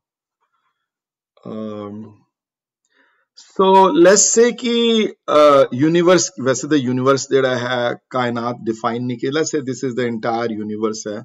वैसे तो इदियां कोई हद्दां नहीं हैं कोई इदियां. ते as we all know कि उदा हुक्म ते उदा नाम हर जगह, उदा नाम जेड़ा है हर जगह है. Let's say उदा हुक्म हर जगह फैलिया होया, हर जगह फैलिया होया, हर जगह जर्रे जर्रे विच उदी मर्जी चलदी पई है. ते लेट्स से कि मैं हाँ इत्थे बैठा होया ते मैं इत्थे एक उदे मैं छोटा जिहा डॉट बना देना. ए ब्लू डॉट मैं हाँ इस वड्डे हुक्म विच किधरे बैठा होया. मैं है ते कुछ भी नहीं है मैं, बट मैं समझा कि मैं हाँ जी कुछ, मेरी हस्ती अपनी है, मैं करन कराण वाला हाँ, मैं कर सकदा कुछ, मेरे च हिम्मत है बड़ा कुछ करन दी. जे मैं चाहां ते मैं गुरबाणी पढ़ सकदा हां, जे मैं चाहां ते मैं सब कुछ समझ सकदा हां, जे मैं चाहां ते गुरबाणी पढ़ा सकदा हां, जे मैं चाहां ते कीर्तन सिखा सकदा हां, जे मैं चाहां ते डॉक्टर बन सकदा हां. ये हिम्मत मेरी है सारी, ते मैं की करदा कि ये जेड़े नाम दी जेड़ी जेड़ी आस-पास जेड़ी चलदी पई है रो हुक्म दे नाम दी, इहदे इसनू मैं बिलीव नहीं करदा, इसनू मैं एक्सेप्ट नहीं करदा बहुत हिस्से तक. ते मैं अपने दुआले एक इमेजिनरी वॉल क्रिएट की हुई. लेट्स से कि ये जेड़ी ब्लू जेड़ी वॉल जेड़ी है इमेजिनरी वॉल है नहीं है, बट मैं एक इमेजिनरी अपने एक हों दी दीवार खड़ी की हुई है. परमात्मा दे और मेरे विचकार एक दीवार खड़ी कर लेती मैं कि मैं अपनी हस्ती आप बना दी, ਉਹਦੇ ਵਿੱਚ ਵੱਡੀ हस्ती ਦੇ ਵਿੱਚ अपनी हस्ती क्रिएट कर लेती. मैं हाँ कुछ मेरी हस्ती है, मैं सोच सकदा, मैं कर सकदा, मेरे च हिम्मत है बड़ी. देखो मैं पढ़ाई की है, मैं लैके आया पढ़ाई मैं की है सारी, सच कुछ करन कराण वाला मैं हाँ मैं. ते ਇਹਦੇ ਨਾਲ ਕੀ ਹੁੰਦਾ ਹੈ ਕਿ what happens when that feeling is there. देखो जी लेवल 0.5 ਦੀ ਫੀਲਿੰਗ ਤੁਹਾਨੂੰ ਚਾਹੀਦੀ ਹੈ, ਰਾਈਟ, as I said ਕਿ to exist ਵਾਸਤੇ ਉਹ ਸ਼ੁੱਧ ਹੋ ਹੈ. ਗੁਰਬਾਣੀ ਵਿੱਚ ਉਹ ਵਰਡ ਆਏ ਹਨ, ਉੱਥੇ ਆਣਗੇ ਆਸਾ ਦੀ ਵਾਰ ਚ ਅੱਗੇ ਜਾ ਕੇ. ਲੇਕਿਨ ਜਦੋਂ ਉਹ ਹੋਮੇ ਵੱਧ ਜਾਂਦੀ ਹੈ ਤੇ ਫਿਰ ਇਹ ਬਹੁਤ ਵੱਡੀ ਸਪਿਰਿਚੁਅਲ ਅੜਚਨ ਬਣ ਜਾਂਦੀ ਹੈ, ਬਹੁਤ ਵੱਡੀ ਅੜਚਨ ਬਣ ਜਾਂਦੀ ਹੈ. ਮੇਰੇ ਹਿਸਾਬ ਨਾਲ ਇਸ ਤੋਂ ਵੱਡੀ ਕੋਈ ਅੜਚਨ ਨਹੀਂ ਹੈ ਕੋਈ ਹੋਰ. इतना कुछ इस टॉपिक पे लिखा गया है, इतना कुछ इस टॉपिक पे लिखा गया है, बोलिया गया है, हर जगह बाणी आए. 2 एग्जाम्पल मैं देंगा अज गुरबाणी तो, जे अज नहीं पूरा खत्म हो सकिया ते will continue this topic next Saturday नो. आसा दी वार विच होम बारे डिस्कशन बड़ी जबरदस्त आई है. होम दे बारे पूरा श्लोक है विच विल डिस्कस इट. ते 2 श्लोक हैं, एक गुरु नानक देव जी दा, एक गुरु अंगद देव महाराज दा, 2 महले पहले ते महले दूजे दे श्लोक हैं. ते उस तो इलावा सुखमनी साहब दी एक पंक्ति है होम बारे which we will discuss. Oh, bड़ी simple है to understand it, and when people read it I think they get it right away as what I'm trying to say though. So home the feeling है to create your own entity within the bigger system that makes you believe that you are in charge. Make एक false belief create कर लेंदा कि मेरे हाथ विच है सारा कुछ, जो मैं चाहां ते करा मैं. हाँ ਤੁਹਾਡੇ ਹੱਥ ਵਿੱਚ ਹੈ ਬਹੁਤ ਕੁਝ, ਤੁਸੀਂ ਕਰਮ ਤੁਸੀਂ ਕਰ ਸਕਦੇ ਹੋ ਆਪਣੀ ਮਰਜ਼ੀ ਨਾਲ ਹਿਸਾਬ ਦੇ ਨਾਲ. ਹਾਂਜੀ ਹੁਣ ਜੇ ਆਪਣੀ ਮਰਜ਼ੀ ਹੋਣ ਤੇ ਕਹੋ ਕਿ ਪ੍ਰਮਾਤਮਾ ਦੀ, ਠੀਕ ਹੈ ਪ੍ਰਮਾਤਮਾ ਦੀ ਮਰਜ਼ੀ ਹਰ ਜਗ੍ਹਾ ਹੈ, ਪਰ ਸਾਰਿਆਂ ਦੀ ਹੁਣ ਇਹ ਕਵੇ ਕਿ ਬੰਦਾ ਮੈਂ ਸਵੇਰੇ ਉੱਠ ਕੇ ਨਿਤਨੇਮ ਨਹੀਂ ਕਰਨਾ, ਜਾਂ ਸਵੇਰੇ ਉੱਠ ਕੇ ਪਾਠ ਨਹੀਂ ਕਰਨਾ, ਜਾਂ ਸਵੇਰੇ ਉੱਠ ਕੇ ਗੁਰਬਾਣੀ ਨਹੀਂ ਪੜ੍ਹਨੀ, ਉਹਦਾ ਹੁਕਮ ਨਹੀਂ ਹੈ ਮੇਰੇ ਤੇ ਇਹ ਗਲਤ ਇਲਜ਼ਾਮ ਪ੍ਰਮਾਤਮਾ ਦੇ ਲਗਾ ਸਕਦਾ ਬੰਦਾ ਇਹਦੇ ਉੱਤੇ. So a sense of existence when you feel that you are your own entity is home. ਹੁਣ ਇਹਨੂੰ ਕਲੈਰਿਟੀ ਦੇਣੀ ਇਸ ਸਬਜੈਕਟ ਦੇ ਉੱਤੇ ਇੰਨੀ ਈਜ਼ੀ ਨਹੀਂ ਹੈ. Let Gurbani throw some light on it, let Gurbani, let Gurus do the job. ਤੇ ਕੀ ਹੈ ਇਸ ਹੋਮੇ ਦਾ ਕਨਸੈਪਟ. ਔਰ ਦੂਸਰੀ ਗੱਲ ਇੱਕ ਗੱਲ ਯਾਦ ਰੱਖਣਾ, ਜਿੱਥੇ ਕਾਮ ਕ੍ਰੋਧ ਲੋਭ ਮੋਹ ਅਹੰਕਾਰ ਦੀ ਵਾਈਸਸ ਦੀ ਗੱਲ ਆਈ ਹੈ, ਮੈਨੂੰ ਸਟਾਪ ਸ਼ੇਅਰਿੰਗ ਦ ਸਕਰੀਨ, ਉੱਥੇ ਗੱਲ ਆਈ ਹੈ ਨਿਵਰਤੀ ਦੀ. ਇੱਕ ਗੱਲ ਯਾਦ ਰੱਖਣਾ ਬਹੁਤ ਇੰਪੋਰਟੈਂਟ ਹੈ. ਕ੍ਰੋਧ ਨੂੰ ਖਤਮ ਕਰਨਾ, ਅਹੰਕਾਰ ਨੂੰ ਖਤਮ ਕਰਨਾ, ਹਾਂਜੀ, ਮੋਹ ਨੂੰ ਖਤਮ ਕਰਨਾ, ਹਾਂਜੀ, ਗਰੀਡ ਨੂੰ ਖਤਮ ਕਰਨਾ, ਅਹੰਕਾਰ ਨੂੰ, ਹਉਮੈ ਨੂੰ ਕਿਧਰੇ ਖਤਮ ਹੋਣ ਦੀ ਗੱਲ ਗੁਰਬਾਣੀ 'ਚ ਨਹੀਂ ਆਈ. ਹਉਮੈ ਨੂੰ ਬੁੱਝਣ ਦੀ ਗੱਲ ਆਈ ਹੈ ਗੁਰਬਾਣੀ 'ਚ. ਬਹੁਤ ਵੱਡੀ ਡਿਸਟਿੰਕਸ਼ਨ ਹੈ ਇਹ. ਜਿੱਥੇ ਬਾਣੀ ਵਿੱਚ ਹੋਣ ਦੀ ਗੱਲ ਆਏਗੀ, ਹੋਣ ਦੀ ਨਿਵਰਤੀ ਬਾਰੇ ਗੱਲ ਨਹੀਂ ਆਈ, ਹੋਣ ਨੂੰ ਬੁੱਝਣ ਦੀ ਗੱਲ ਆਈ ਹੈ, ਇੱਕ ਅੰਡਰਸਟੈਂਡਿੰਗ ਹੈ। ਹਉਮੈ ਬੂਝੇ ਤਾਂ ਦਰ ਸੂਝੇ, ਕਿਉਂਕਿ ਬੁੱਝਣਾ ਹੀ ਸਭ ਕੁਝ ਹੈ। ਤੇ ਬੁੱਝ, my grandmother used to use that word a lot, ਪੁਰਾਣੇ ਵਕਤ ਲੋਕ ਬੁੱਝ ਬੜਾ, my nanny used to use that word a lot of time, ਬੁੱਝਣਾ, ਬੁੱਝ ਗਏ, ਉਹ ਬੁਝਾਇਆ ਨੇ। ਤੇ ਹੁਣ ਵੀ ਬੁੱਝ ਬੰਗਾਲ ਵਿੱਚ ਤੇ ਬਿਹਾਰ ਵਿੱਚ ਹੁਣ ਵੀ ਬੁੱਝ ਵਰਡ ਹੈ, ਬੰਗਾਲ ਚ ਬੜੀ ਕਾਮਨ ਦੀ ਵਰਡ ਹੈ ਕਿ ਬੁਝੇ ਚੋ, ਮੈਨੂੰ ਸਮਝ ਆਈ ਹੈ, ਬੁਝੇ ਉਹ ਗੱਲ ਬਿਹਾਰ ਵਿੱਚ ਹੁਣ ਵੀ ਹੈ, ਬੁਝਾਤੇ ਹੈ ਕਿਆ, ਕਿ ਮੈਨੂੰ ਸਮਝ ਆਈ ਤੁਹਾਨੂੰ। ਤੇ ਗੁਰਬਾਣੀ ਵਿੱਚ ਬੁੱਝ ਬੜੀ ਵਾਰੀ ਵਰਡ ਆਇਆ, ਪੰਜਾਬੀ ਵਿੱਚ ਇੱਕ ਟਾਈਮ ਐਗਜ਼ਿਸਟ ਕਰਦਾ ਸੀ, ਹੁਣ ਨਹੀਂ ਐਗਜ਼ਿਸਟ ਕਰਦਾ, ਲੇਕਿਨ ਇੰਡੀਅਨ ਲੈਂਗੁਏਜਸ ਵਿੱਚ ਬੁੱਝ ਵਰਡ ਇਜ਼ ਵੈਰੀ ਕਾਮਨ, ਹਾਲੇ ਵੀ ਬੜੀਆਂ ਜਗ੍ਹਾ ਤੇ ਬੰਗਾਲੀ ਵਿੱਚ, ਈਸਟਰਨ ਬਿਹਾਰ ਵਿੱਚ ਵਰਡ ਬੁੱਝ ਬੜਾ ਕਾਮਨ ਹੈ ਬੜਾ। ਸੋ ਹਉਮੈ ਨੂੰ ਬੁੱਝਣਾ ਹੈ, ਹਉਮੈ ਦੀ ਨਿਵਰਤੀ ਨਹੀਂ ਹੈ। I want to make sure ਕਿ ਇਹ ਕਨਸੈਪਟ ਬਿਲਕੁਲ ਕਲੀਅਰ ਹੋਵੇ। ਕਿਉਂ ਨਹੀਂ ਹੈ ਨਿਵਰਤੀ ਹਉਮੈ ਦੀ? ਹਉਮੈ ਦੀ ਨਿਵਰਤੀ ਇਸ ਵਾਸਤੇ ਨਹੀਂ ਹੈ ਕਿ ਹਉਮੈ ਚਾਹੀਦੀ ਹੈ ਥੋੜੀ ਜੀ ਟੂ ਲਿਵ, ਹੋਂ ਚਾਹੀਦੀ ਹੈ। ਮੇਰਾ ਨਾਂ ਤੇ ਹੈ ਤੇ ਸੁਰਿੰਦਰ ਹੈ ਨਾ, ਮੇਰੀ ਬਾਡੀ ਤੇ ਹੈ ਨਾ ਆਪਣੀ, ਹੈ ਨਾ। ਇਹ ਤੇ ਨਹੀਂ ਕੋਈ ਕਹਿ ਸਕਦਾ ਕਿ ਸੁਰਿੰਦਰ ਹੈ ਹੀ ਨਹੀਂ ਬਿਲਕੁਲ, ਲੇਕਿਨ ਸੁਰਿੰਦਰ ਸੋਚੇ ਇਹ ਕਿ ਸੁਰਿੰਦਰ ਨਹੀਂ ਹੈ, ਸੁਰਿੰਦਰ ਦੀ ਸੋਚਣ ਦੀ ਸ਼ਕਤੀ ਨਹੀਂ ਹੈ, ਸੋਚਣ ਦੀ ਸ਼ਕਤੀ ਕਿਸੇ ਹੋਰ ਦੀ ਹੈ। ਸੁਰਿੰਦਰ ਸੋਚੇ ਇਹ ਕਿ ਸੁਰਿੰਦਰ 'ਚ ਖਮਤਾ ਨਹੀਂ ਹੈ ਗੁਰਬਾਣੀ ਪੜ੍ਹਨ ਦੀ, ਇਹਦੇ ਉੱਤੇ ਕਿਰਪਾ ਹੋਈ ਹੈ ਬਹੁਤ ਵੱਡੀ, ਤੇ ਇਹਦੇ ਦਿਮਾਗ ਵਿੱਚ ਇਹ ਗੱਲਾਂ ਸੋਝੀ ਕਿਸ ਨੂੰ ਦੇ ਦਿੱਤੀ ਹੈ ਅੰਦਰ ਉਸਨੂੰ। ਸੁਰਿੰਦਰ ਸੋਚੇ ਇਹ ਕਿ ਕੀਰਤਨ ਸਿਖਾਉਣ ਦੀ ਸਮਰੱਥਾ ਨਹੀਂ ਹੈ ਇਹਦੇ 'ਚ, ਤਾਲ ਸਮਝਣ ਦੀ ਸਮਰੱਥਾ ਨਹੀਂ ਹੈ ਇਹਦੇ 'ਚ, ਹੈ ਨਾ, ਸੁਰ ਸੋਚਣ ਦੀ ਸਮਰੱਥਾ ਨਹੀਂ ਹੈ ਇਹਦੇ 'ਚ। ਇਹਨੂੰ ਸਮਰੱਥਾ ਦਿੱਤੀ ਗਈ ਹੈ, ਇਸਨੂੰ ਕਿਸੇ ਹੋਰ ਨੇ ਦਿੱਤੀ ਹੈ, ਪਰ ਹੈ ਸੁਰਿੰਦਰ ਜ਼ਰੂਰ ਹੈ ਉੱਥੇ।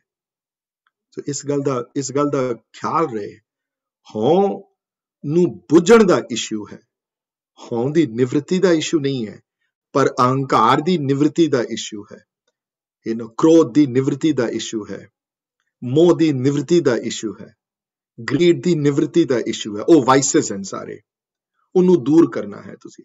ਗ੍ਰੀਡ ਤੁਹਾਡੀ ਜ਼ਿੰਦਗੀ 'ਚ ਨਹੀਂ ਹੋਣੀ ਚਾਹੀਦੀ, ਕ੍ਰੋਧ ਤੁਹਾਡੀ ਜ਼ਿੰਦਗੀ 'ਚ ਨਹੀਂ ਹੋਣਾ ਚਾਹੀਦਾ, ਜਿੰਨਾ ਘਟ ਜਾਏ ਉਤਨਾ ਬੈਟਰ ਹੈ।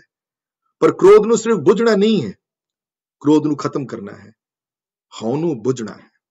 ਬੁੱਝਣ ਨਾਲ ਸਭ ਕੁਝ ਹੈ, ਕਿਉਂਕਿ ਬੁੱਝਣ ਨਾਲ ਕੀ ਹੁੰਦਾ ਹੈ, ਸਮਝ ਨਾਲ ਕੀ ਹੁੰਦਾ ਹੈ, ਸਮਝ ਨਾਲ ਇਹ ਪਤਾ ਲੱਗ ਜਾਂਦਾ ਕਿ ਨਾਮ ਕਰਨ ਕਰਾਉਣ ਵਾਲਾ ਹੈ, ਹੁਕਮ ਕਰਨ ਕਰਾਉਣ ਵਾਲਾ ਹੈ, ਹੋਂ ਕਰਨ ਕਰਾਉਣ ਵਾਲੀ ਨਹੀਂ ਹੈ। ਤੇ ਨਾਨਕ ਹੁਕਮੇ ਜੇ ਬੁਝੈ, ਤੇ ਜਿਸ ਨੂੰ ਹੁਕਮ ਦੀ ਬੁਝ ਆ ਗਈ, ਜਿਸ ਨੂੰ, ਫਿਰ ਹਉਮੈ ਕੀ ਕਰੇਗੀ ਉੱਥੇ। ਤੇ ਜਿਸ ਨੂੰ ਹਉਮੈ ਦੀ ਬੁਝ ਆ ਗਈ, ਹਉਮੈ ਬੁਝ ਹੈ ਤੇ ਤਾਂ ਦਰ ਸੂਝ ਹੈ।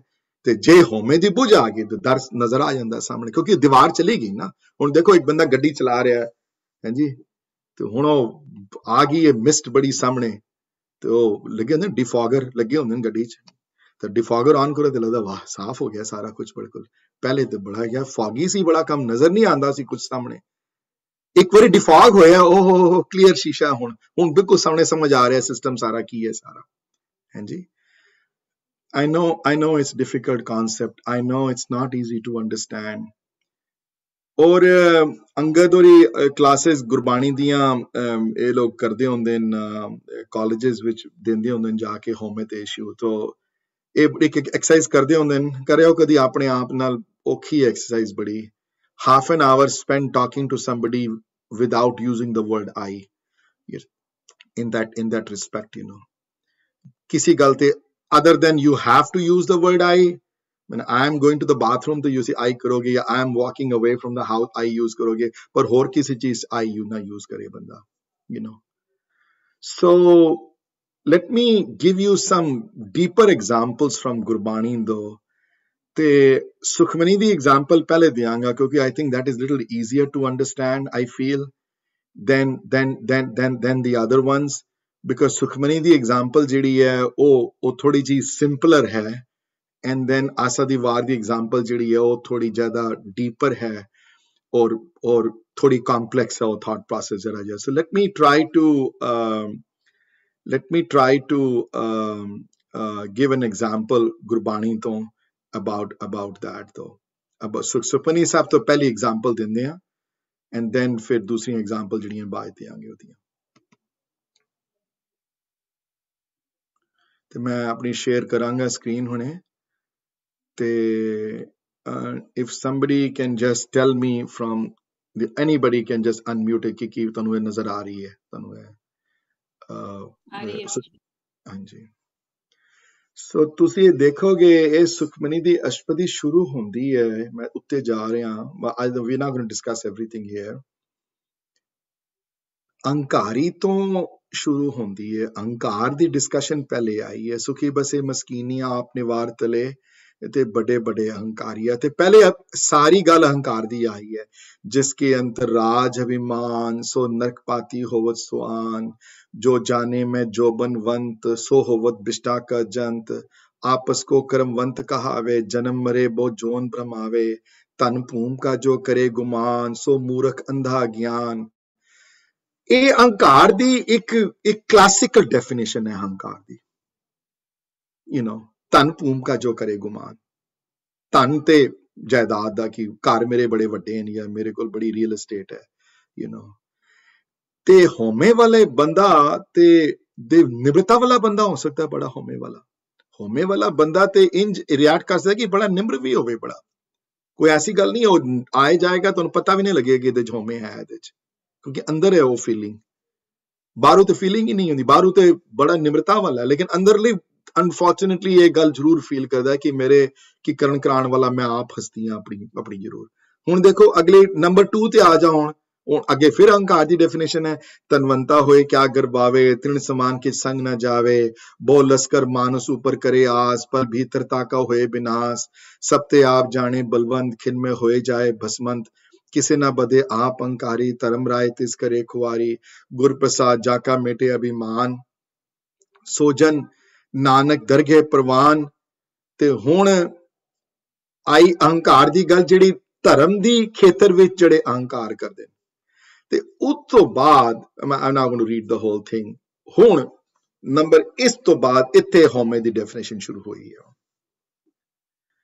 ते होमे वाले बंदे दी डेफिनेशन होमे वाला बंदा सोचदा ही है कि करण कराने वाला मैं हां मैं पढ़ रहा हां मैं कर रहा मैं समझ रहा हां जब लग जाने मुझ ते कछ होए बस कम गल सारी मूड दी गल होई है कि ए मैं करदा पिया काम जब लग जाने मैं जदों सोचदा ना कि मिच तो कुछ हो सकदा है मैं लंगर करा सकदा मैं पढ़ा सकदा मैं गुरुद्वारे चला सकदा मैं गुरुद्वारे दा सैकटरी बन सकदा मैं कीर्तन सिखा सकदा मैं गुरबाणी पढ़ा सकदा मेरे समर्था है करन दी है जब लग जाने मुझ ते किछ होए तब इसको सुख ना ही कोए क्योंकि सुख क्यों मिलेगा तो सुख क्योंकि जो नहीं गल होंदी फिर दुखी हो जाता क्योंकि मेरे तो नहीं हो पाया कल फिर ते अपने आप ते लै लेती ने सारी गल बंधन च आ गया ना उथे जो गल अपने ते आंदी है फिर अपनी रिस्पॉन्सिबिलिटी अपनी आंदी है ते जे कवे तू करण कराने वाला है मैं कौन है करण कराने वाला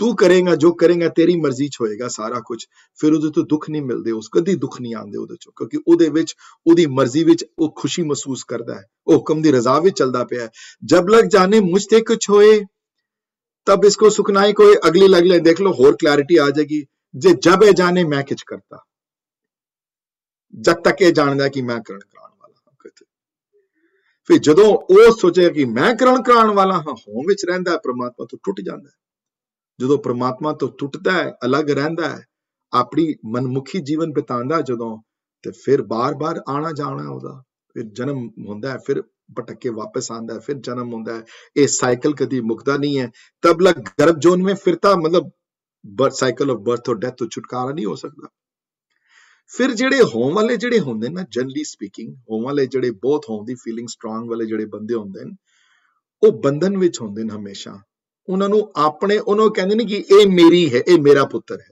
ये मेरी धी है ये मेरे घर है ये मेरा पैसा है ये मेरिया किताबां हैं ये मेरा दिमाग है सब कुछ मेरा है ये मेरा बेटा है तो वो किसी होर दा बेटा है मेरे बेटे ਨੂੰ कुछ हो जाए तो आई विल डू एवरीथिंग वो होर दे किसी ਨੂੰ होए तो I could care two hoots मैनू कोई परवाह नहीं किसी होर दी वो कायनात होर है मैनू दूसरियां विच रब नजर ही नहीं आंदा दूसरियां विच वो प्रतीत ही नहीं हुंदी खुशी मैनू सिर्फ मेरे ही प्रतीत जेड़े मेरे अपने हैं फिर जेड़े मेरे अपने हैं ते मेरे अपने नहीं हैं वो दुश्मन हैं कोई ਉਹ ਭਾਈ ਕਨ੍ਹਈਆ ਜੀ ਜਾ ਕੇ ਪੁੱਛੋ ਵੀ ਤੁਹਾਨੂੰ ਨਜ਼ਰ ਨਹੀਂ ਕੋਈ ਆਏ, ਕਿਉਂ ਨਹੀਂ ਨਜ਼ਰ ਆਏ? ਉਹ ਜਾਣ, ਉਹਨਾਂ ਨੂੰ ਨਹੀਂ ਨਜ਼ਰ ਆਏ, ਉਹਨਾਂ ਨੂੰ ਹਉਮੈ ਨਹੀਂ ਸੀ, ਉਹਨਾਂ ਨਹੀਂ ਨਜ਼ਰ ਆਏ, ਉਹ ਫੀਲਿੰਗ ਨਹੀਂ ਸੀ।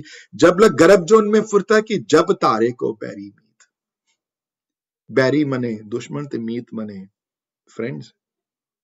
ਜਦੋਂ ਕੋਈ ਤੁਹਾਨੂੰ ਦੁਸ਼ਮਣ ਨਜ਼ਰ ਆਏ ਤੇ ਫਰੈਂਡ ਨਜ਼ਰ ਆਏ, ਤੇ ਕਈ हैं ਜਿਨ੍ਹਾਂ ਨੂੰ ਫਰਕ ਨਜ਼ਰ ਨਹੀਂ ਆਉਂਦਾ ਦੋਨਾਂ ਚ, ਨਾ ਕੋਈ ਬੈਰੀ ਨਾ ਹੀ ਬੇਗਾਨਾ, सगल संग हमको बन्याई, एक वो भी अवस्था है, वो होमे वाली अवस्था नहीं है, वो हुक्म वाली अवस्था है। पर इत्थे वर्ड आए हैं जो तारे, जब तारे को बैरी मीत, इत्थे इत्थे इत्थे बैरी मीत की गल आई है, जिथे वैरी ते मीत हैं जड़े।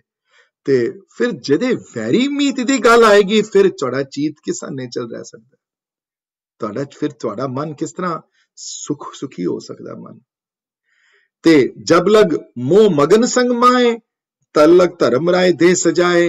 फिर जदों अलग वाली फीलिंग आंदी है, फिर मोह माया चाहे फिर ये मेरा घर है, ये मेरे धी पुत्र हैं, ये मेरिया किताबां हैं, ये मेरा दिमाग है, ये मेरा है, ओ तेरा है, ये मेरा है, ये मेरे पैसे हैं जेड़े मत्था मैं टेकिया गुरुद्वारे, ये मैं अपने पैसे चो मत्था टेकिया है, ये मेरे पैसे नाल कीर्तन होया है, ये मेरे पैसे नाल लंगर अज ये असी लंगर करवाया है, ये मेरे $500 सन जेड़े मैं दान दिते हैं। ये दान दे के, वीर जी just hold on until I finish this entire, will take 2 more lines। ये मेरे दान दे के, ये मेरिया चीजां नाल हो रहा है, मैं करण कराने वाला, मैं मोह मगन विच हां। जब लग मोह मगन संग माए, फिर धर्मराज, फिर मौत दा डर भी उसी नूं हुंदा है, क्योंकि वो फिर मेरे पैसे, मेरे धीआं पुत्तर, ये मेरी जिंदगी है, ये मैं हाँ, मैं जीन आया हाँ, इस वास्ते फिर मेरे दे उत्ते जो फोकस आंदा है, ते फिर धर्मराज दे सजाए, फिर फियर ऑफ डेथ ते आना ही आना है उस बंदे विच, ते जिदे उत्ते मेरा मालक कृपालू हो जावे, जिदे जिदे बंधन तोड़ दवे। गुरु अर्जन पिता इत्थे अरदास करदे हन, परब कृपा ते बंधन टूटे।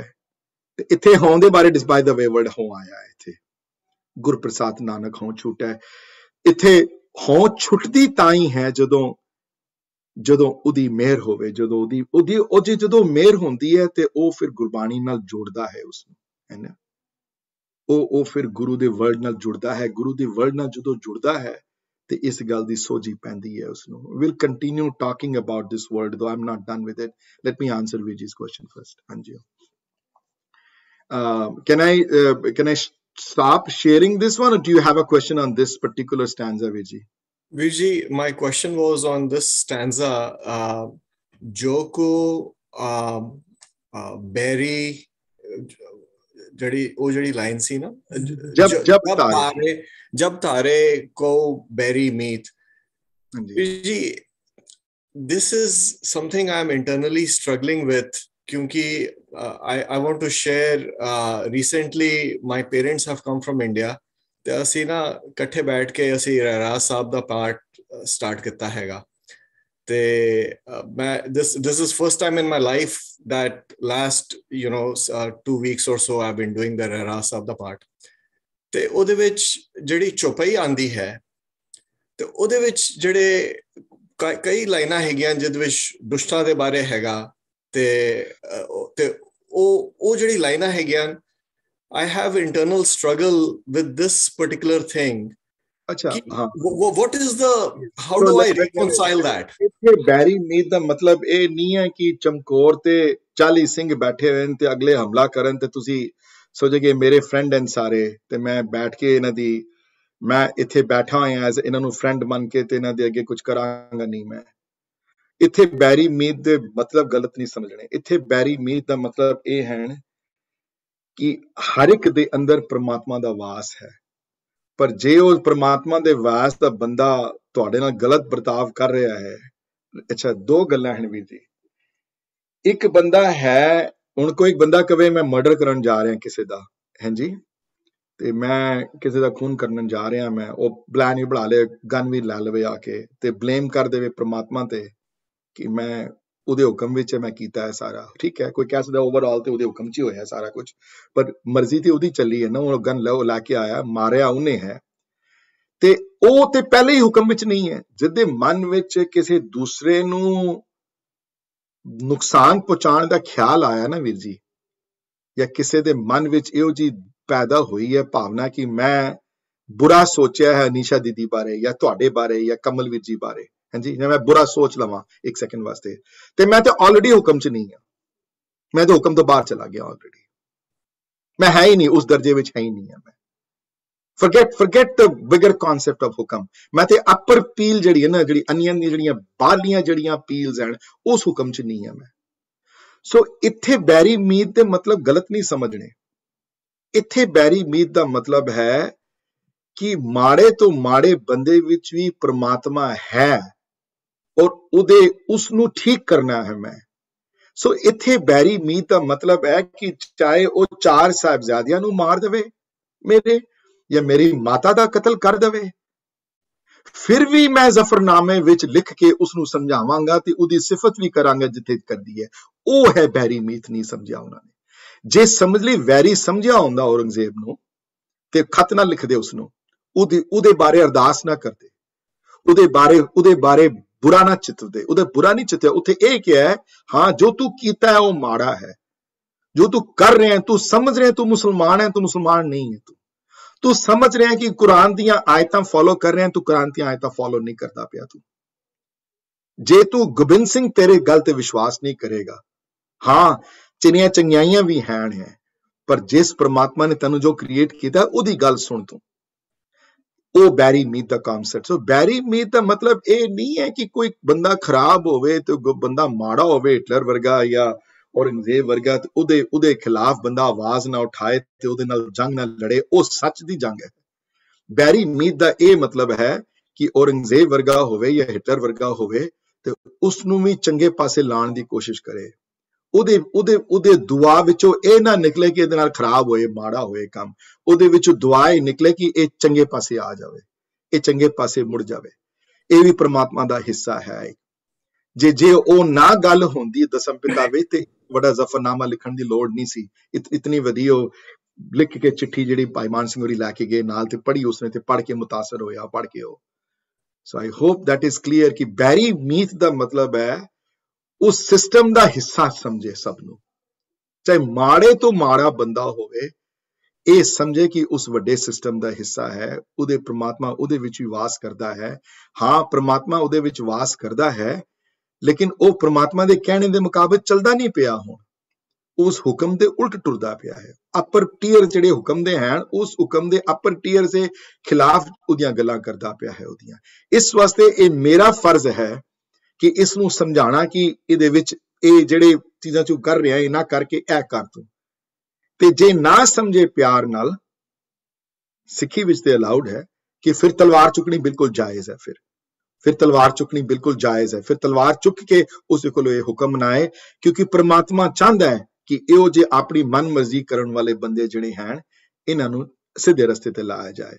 I hope that gave some clarity to you, you know. Yes, thank you, Virji. But it also indicates to me, you know, ਜਿਸ ਤਰ੍ਹਾਂ ਤੁਸੀਂ explain ਕੀਤਾ ਹੈਗਾ, ਤਲਵਾਰ ਫਿਰ ਉਹੀ ਚੁੱਕ ਸਕਦਾ ਹੈਗਾ ਜਿਸ ਨੂੰ ਹੁਕਮ ਦੀ ਪੂਰੀ ਸਮਝ ਹੋਵੇ। ਬਿਲਕੁਲ 100% ਰਾਈਟ। ਜਦੋਂ ਤਲਵਾਰ ਉਸ ਬੰਦੇ ਦੇ ਕੋਲ ਗਈ ਹੈ ਜਿਹੜਾ ਸੰਤ ਨਹੀਂ ਹੈ, ਜਿਹੜਾ ਉਹ ਤਲਵਾਰ ਫਿਰ ਸਿਵਾਏ ਕਹਿਰ ਦੇ ਕੁਝ ਨਹੀਂ ਫੈਲਾਏਗੀ। ਔਰ ਇਹਦੀ ਅੱਖਾਂ 'ਚ ਅਥਰੂ ਮੇਰੇ ਆ ਜਾਂਦੇ ਜਦੋਂ ਮੈਂ ਕਹਿਣਾ ਗੱਲ ਹੈ।